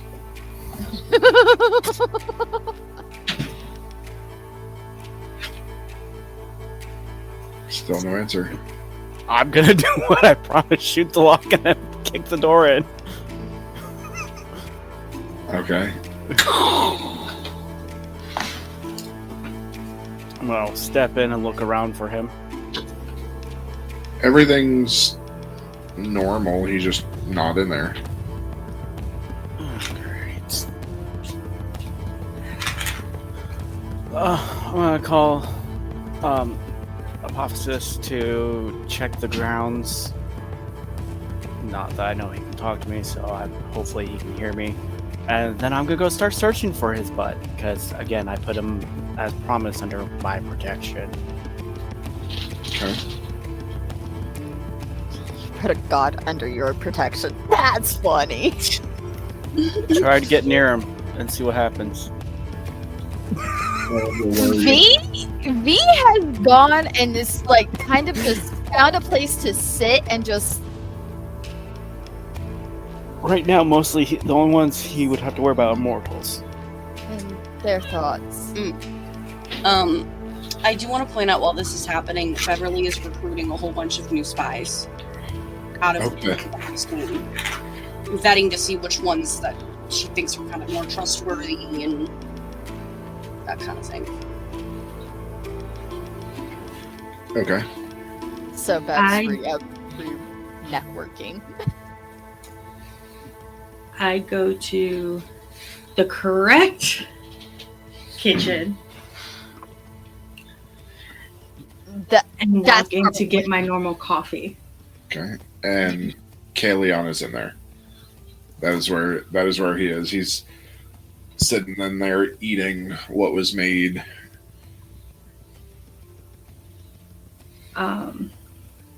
I take a sip of the coffee and it tastes off. Okay. Good morning, darling. Hi.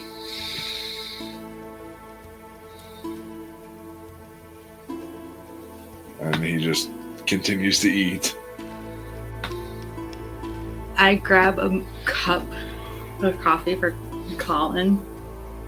And again, the smell's just getting to me as I take it to the workshop. I eventually find him. Yeah, if you would have looked in the kitchen first, you would have found him in the dining area. Oh, you're an eartherizer too. Okay. I don't sleep. Is that really a thing you gods do? Well, yeah, I mean, I guess I need to sleep eventually, but it takes me a few days. I guess that's the mortal side. Okay. But no, full gods don't need to sleep. Look, you may not need it, but I do kind of need to know where you are. Just so, should any enemy spies get leaked of your information, you at least have a guard. You said you're already part mortal. I'd rather not risk anything, especially with the trio of you, Elyndra, and Colin. Especially so Colin doesn't get shot either. Yet. I ain't gonna do nothing to nobody, but I don't know about him. He won't do anything. He loves his wife too much. And he'd probably fear I'd shoot him. And if not, well, he's gonna get shot in the knee. Killian would know that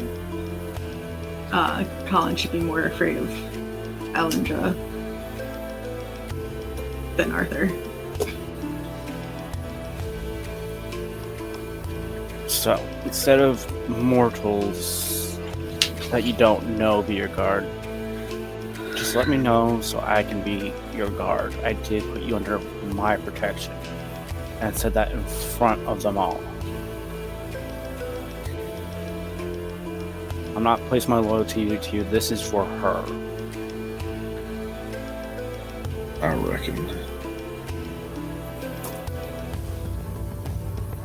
And if you see a very stony castle-looking dragon around, that is Apophysis. He will also be probably sent to watch over you when not watching over your godly wife.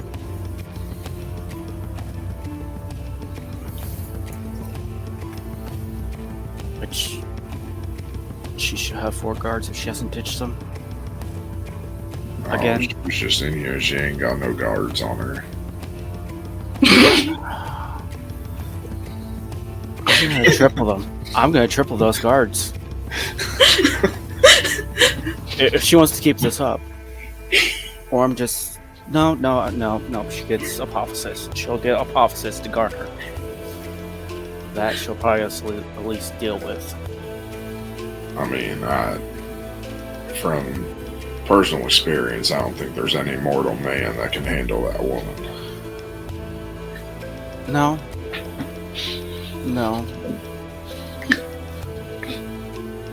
But between the king... Jerry. Between the king and her, those two are the only ones I'll see safe. The only two I will not risk dying. And yes, she may be a goddess, but things have happened in the past, and we are dealing with titans. I may be mortal, I may be back to my old self, but I know I can't stand up to them. But I will do what I can to get information to me, so I can prepare.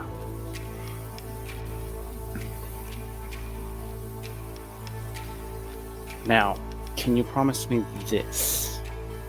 No fighting with Colin? Oh, believe me, if I wanted to do that, it wouldn't be a fight. It'd be a massacre, but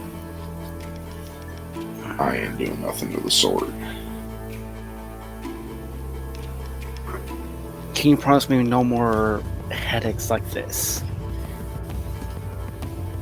Like what? I didn't know who I was. I just knew I was drawn here. I get that. So if you're drawn here, will others be? Oh no, Elyndra and my soul are intertwined. And from what I can understand, we tend to find each other in every life. This one, I guess it just took a little too long. There are probably reasons for that, since we weren't technically on this planet originally. But What?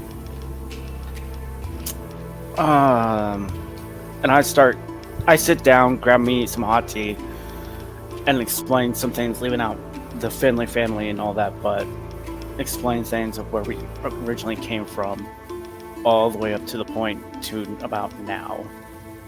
And I walk in as Arthur is explaining, and I'm just like, To avoid another awkward conversation between husband and wife.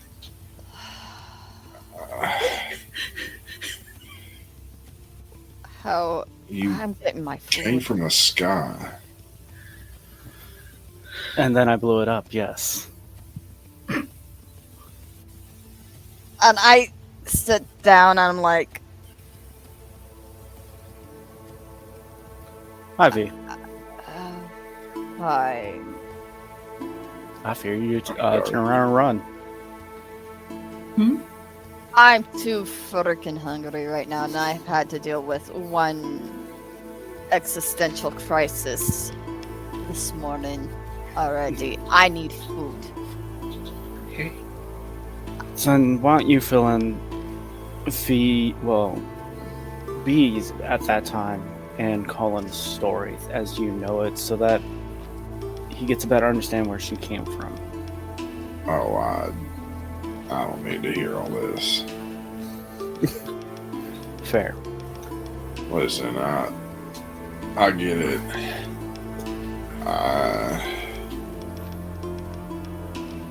I'm gonna go wander around this castle and see what is what. Alright. Just remember, if you see my dragon, don't hide from it, please. He's there for a reason. If he's not with Elyndra. Oh god, that name's gonna be hard to pronounce. Elyndra. Elyndra. It ain't that hard. I've not had enough stuff in my system yet. Because I wake up to find a room. Oh, you have no lock. I'll get Colin to lock. I'll give V here or Colin to repair the lock. What the Oh, dude's the lock? I shot it. There's no need for that. I can fix it. I rub my temples and I'm just like, why? As he walks past both of you, he hovers both of his hands and waves them, one over Arthur's teacup, the other over a plate in front of V, and it fills the teacup and fills V's plate with food as he walks out. Well, shit. I'm gonna- Thank you. not sure what time it is, but I return a little bit before noon. Okay. I ate the food and I, without much saying and not even more acknowledging V now, kind of give her a cold brush and just take the tea and leave. what is that about? I go to the workstation. Peace offering. And can you tell me if it tastes weird? Wait, did you drug this? No, it just tastes weird. Tastes normal. No, it tastes fine. It's regular black coffee. It's good. I taste mine and I go green. What's wrong? Something's wrong with that. Here, taste mine. I taste yours. It's fine. Maybe we can find you a different blend. Let's just go eat lunch. Okay. I put my pen down and make sure that my drawings for the defenses are in order and they're not going to fly away, and I join her for lunch. I'm gonna see And the top. I like the workshop. At this point, it's kind of fast forwarded for lunchtime. So, Bev, you're back. Everybody's kind of gone off and done their own thing, but the bell rings for lunch as the normal meals have been prepared as everybody begins to gather. I sit What's my down. roll? Vitality I sit next or to resolve. Resolve. Bev and give her a kiss on the cheek. Hello, darling. How are you, dear? I'm doing okay. I had to widen my net a bit with the stock change in population, so... Ah. Understandable. I have been playing therapist today, apparently. Oh, that's wonderful. I side-eye Bev and was just like, no. I can imagine that's part of why I left early. I just go sit at a table and put my head down I sit next to her. and hold my stomach. So, you all see, you hear Calathar come in, and you hear like that normal like chainmail sound, that chink chink chink, as he walks in, and he's got his greaves and stuff on. He is so he's completely shirtless. He is drenched in sweat, and his sword is in a strap around his back. His hair's tied up, and then you hear him laughing as in walks Kalion. In the same way, he's wearing leathers, no shirt. He's got 2 swords at his hips, his hair tied up as he's laughing, and they both kind of come stumble in for lunch and grab food, and they both sit down. I'm just kind of like. I'm gonna finally make my way in and still see Elyndra without guards. I just put a finger up. You put fucking guards on me again, I'm gonna keep slipping them. And then I'm gonna pet Apophis.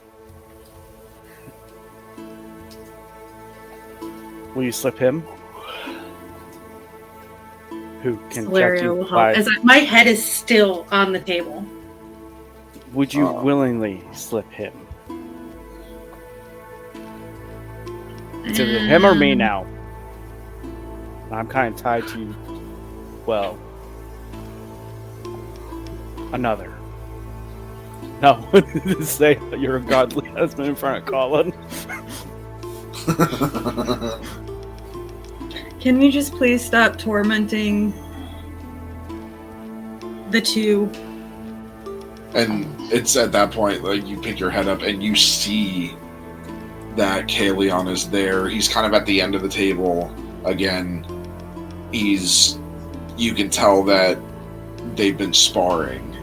He and Cal have been sparring. They're both shirtless, drenched in sweat, and they're just laughing with each other, eating their plates of food. I go even more green and just put my head down, like, hoping I don't throw up. Are you okay?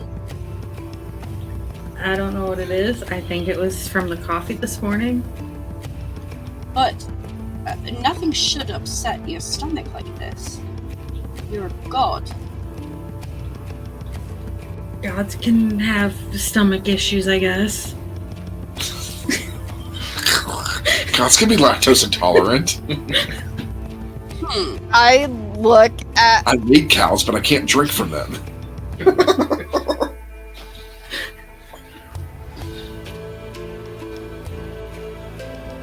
I kind of look over to El. Maybe we should see a doctor? I just pick up my head, stretch out my arm, flick him upside the head, like Hey! in the middle of the forehead, and put Okay. my head back down. What other symptoms are you having? Just being nauseous constantly and tired.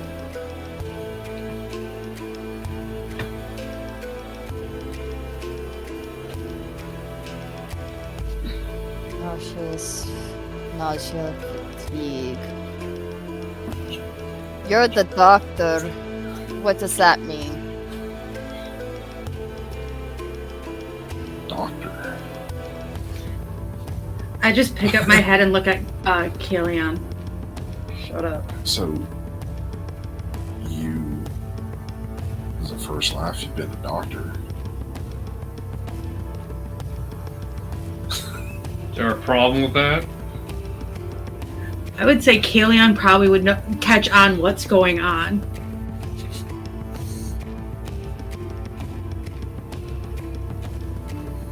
Yes. That's her. I already know, but Bev don't.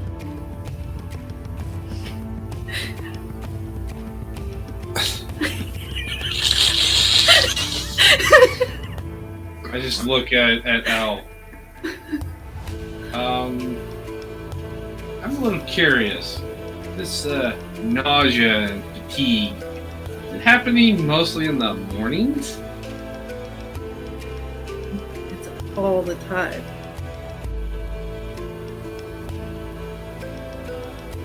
Oh god. Oh, Elyndra. You have two to choose from right now. That's good. Oh. No, you're like, oh god, and they both answer, what? you rang.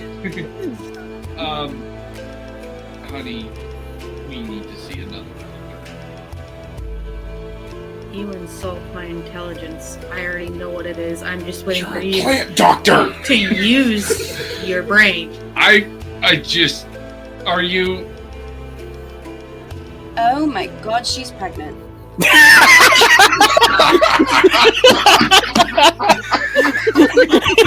For the subtle one.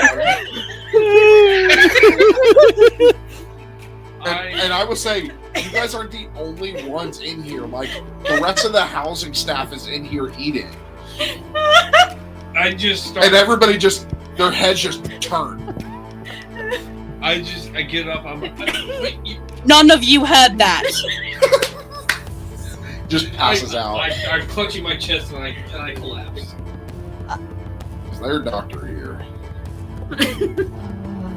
I pinch the bridge of my unconscious on the nose floor. and I I'm hit like, my head going down and clutching my chest. I'm down. I don't get the medical kit. Do we have to like smelling salts or something like that? You don't need to do all that. And he gets up and he just smacks you across the face. And then literally before you gain consciousness, he goes, sits back down and eats, so you have no idea it was him. But there's a massive hand mark across his face. Hell, it hurts and feels nice at the same time. Oh. But it's divine. It's a divine touch. And remember, he's the god of balance. I kind of just pick myself up and I'm like, okay, I just heard that you're pregnant. Catch up with the I'm news. just say yes or no. 20 weeks.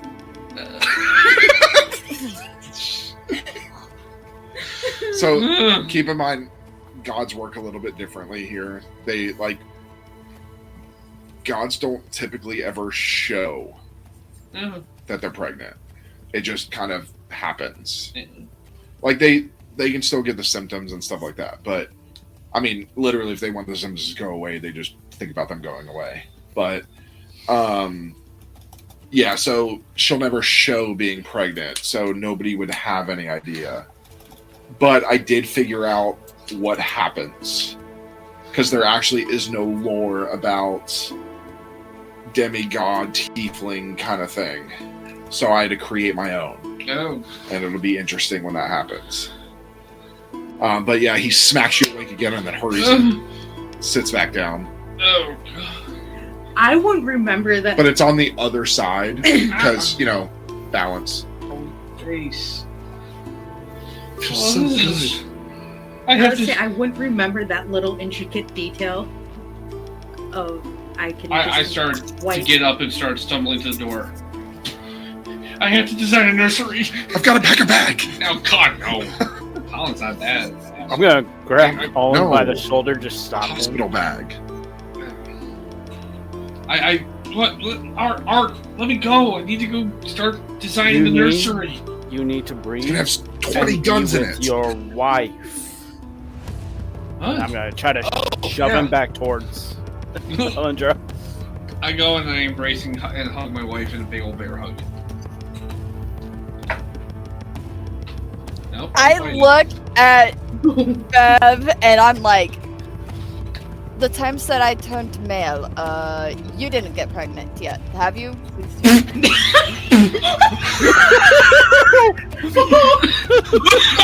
Yeah. I will say, your reproductive organs didn't change.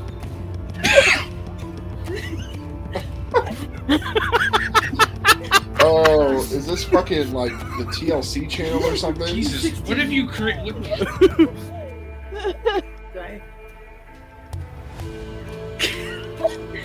You go to grab me. Like projectile vomit. Like Exorcist? Yes. Spinning head. Jesus. Guess it's gonna be one kid. I'm not going through that kind of a pregnancy again. Somebody call the priest. Yeah, I'm pretty sure when we all transformed, we lost the little implant that we all were given. Yeah. I'm gonna go to our room and clean up, and we are gonna circle back and talk. I'm gonna get away from all this smell of this food. I believe this calls for a celebration. Cal, no. Of Please. course it does. It's a happy time. And if I throw up in front of everybody? It'll just be us. And You're the housing telling me- staff. We have to work. And you're telling me that you're not going to invite everybody else in town? I'm not the one that goes and tells everybody. That's Beverly's job. And you're not going to secretly tell Beverly to go grab everybody and tell them? No. In reality, Beverly's already left to go start. Where's Beverly? Beverly just turns into the town crier. Hear ye, hear ye! Here, your goddess is not Child dead. of a god! I'm gonna look at Elyndra and point to either me or Prophecies. I'm just going to get up and go to my room and go to bed.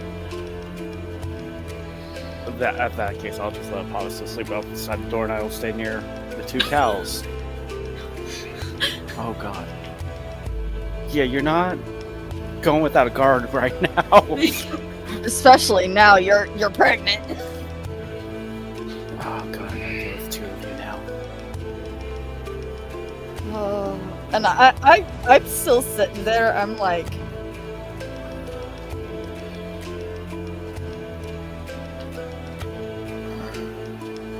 I remember when this happened, but fourth time.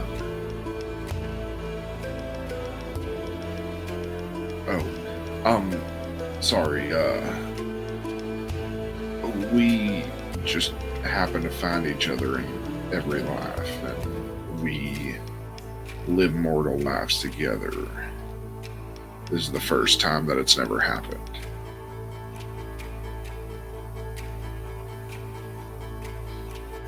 Do you remember how many children the two of you have? Over the course of everything, probably 10 to 20. No. Oh, No. It's not fucking rabbits. There were times that we found each other younger and decided not to have kids. There were times we found each other older and decided not to have kids. But in each life we did find each other. I'm speaking Cal's voice. Yeah, I just you realized that.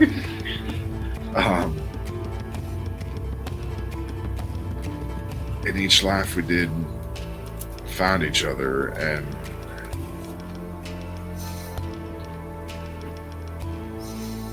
it was, I mean, it was great. We grew old together, we died together, we forgot about everything. And for some reason, one reason or another in this life, we just couldn't find each other until it was too late.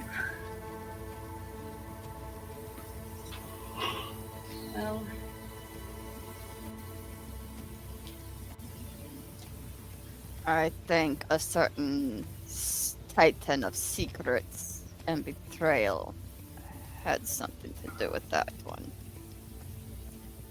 Yeah, I know him.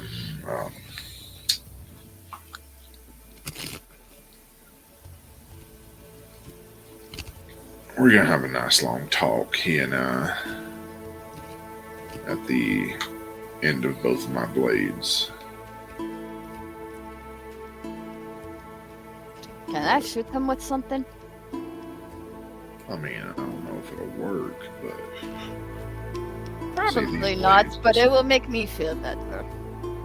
these blades here are special, and he pulls them out, and they glow this bright blue as he places them on the table.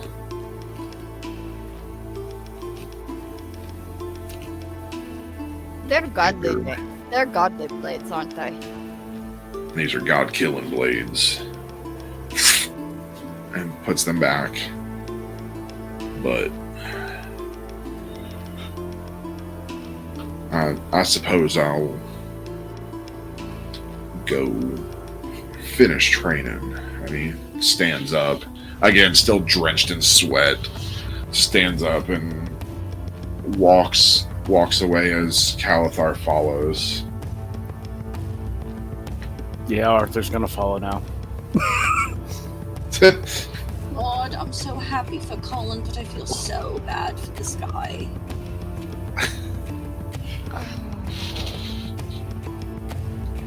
I can't imagine being in either of their situations. Or any of the three of their situations. I do not envy any of them. This.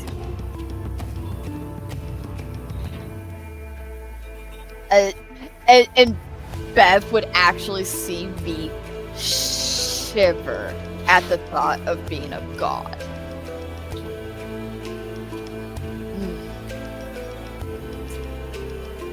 That is too much. I left him a little note so that he knows that while I am loyal to you guys first, he's not alone.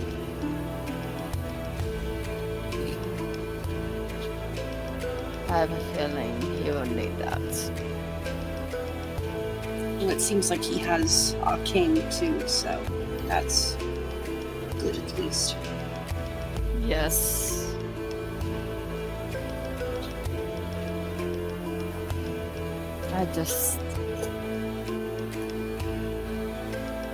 Mortals playing god games at this moment.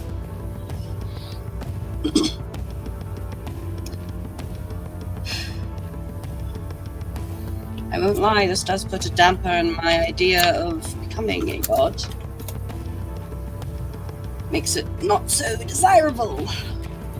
As much as I want it. And I look at Bev and I'm like,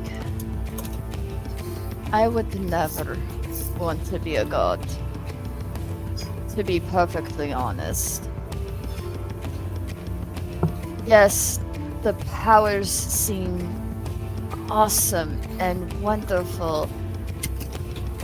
And then there's the responsibility. And those are a different set of chains. The responsibility over those that worship you. The responsibility of the choices that they make.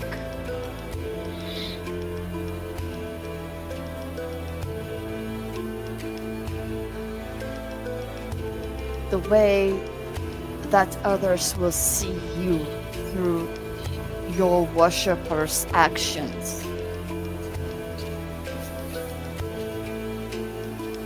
They will never truly see you.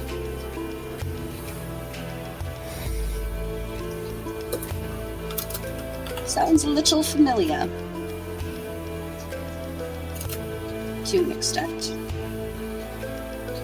And I, affectionately, shoulder touch Bev, I know, dear. I know why you want that power. I could see it in your eyes. But that power is not. Well, as much as I want it, this makes being a god a lot less appealing. It's just a different kind of chain. That's true.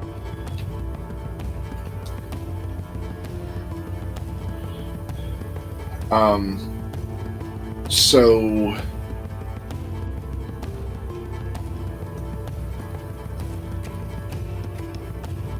as you, Elyndra, you're sitting in your room and your eyes go distant. Not cloudy, lit. Like sunlight refracting through glass. The glow builds until your pupils are swallowed by gold. The air trembles, every sound in the room warps, slowing until it's nothing but echoes and syrup. And then you see it. A flash. Dracoria seen from above. The banners whipping in violent wind. Then black clouds rolling in from the horizon. That's not clouds. Wings. Thousands of them. A sound like thunder, or marching, or both. Fields turning to ash in seconds. Mountains splitting like they're made of wax. And through the smoke, a shadow so massive it blots out the sun. A shape with too many eyes, too many mouths, and a crown of screaming light. The Titan you thought was entombed is moving. And it's not alone. Voices, human, hundreds of them, chanting in unison from below the earth. The gods will burn their thrones. The dawn will bleed. You gasp as light snaps from your eyes like shattering glass. That wasn't a dream. It was a premonition. And it's coming soon. And that's where we're ending tonight. So, we want to thank everybody for listening. Thank you for joining us. And please join us next time as we roll the damn dice. Good night, everybody. Good night. Bye. Hey.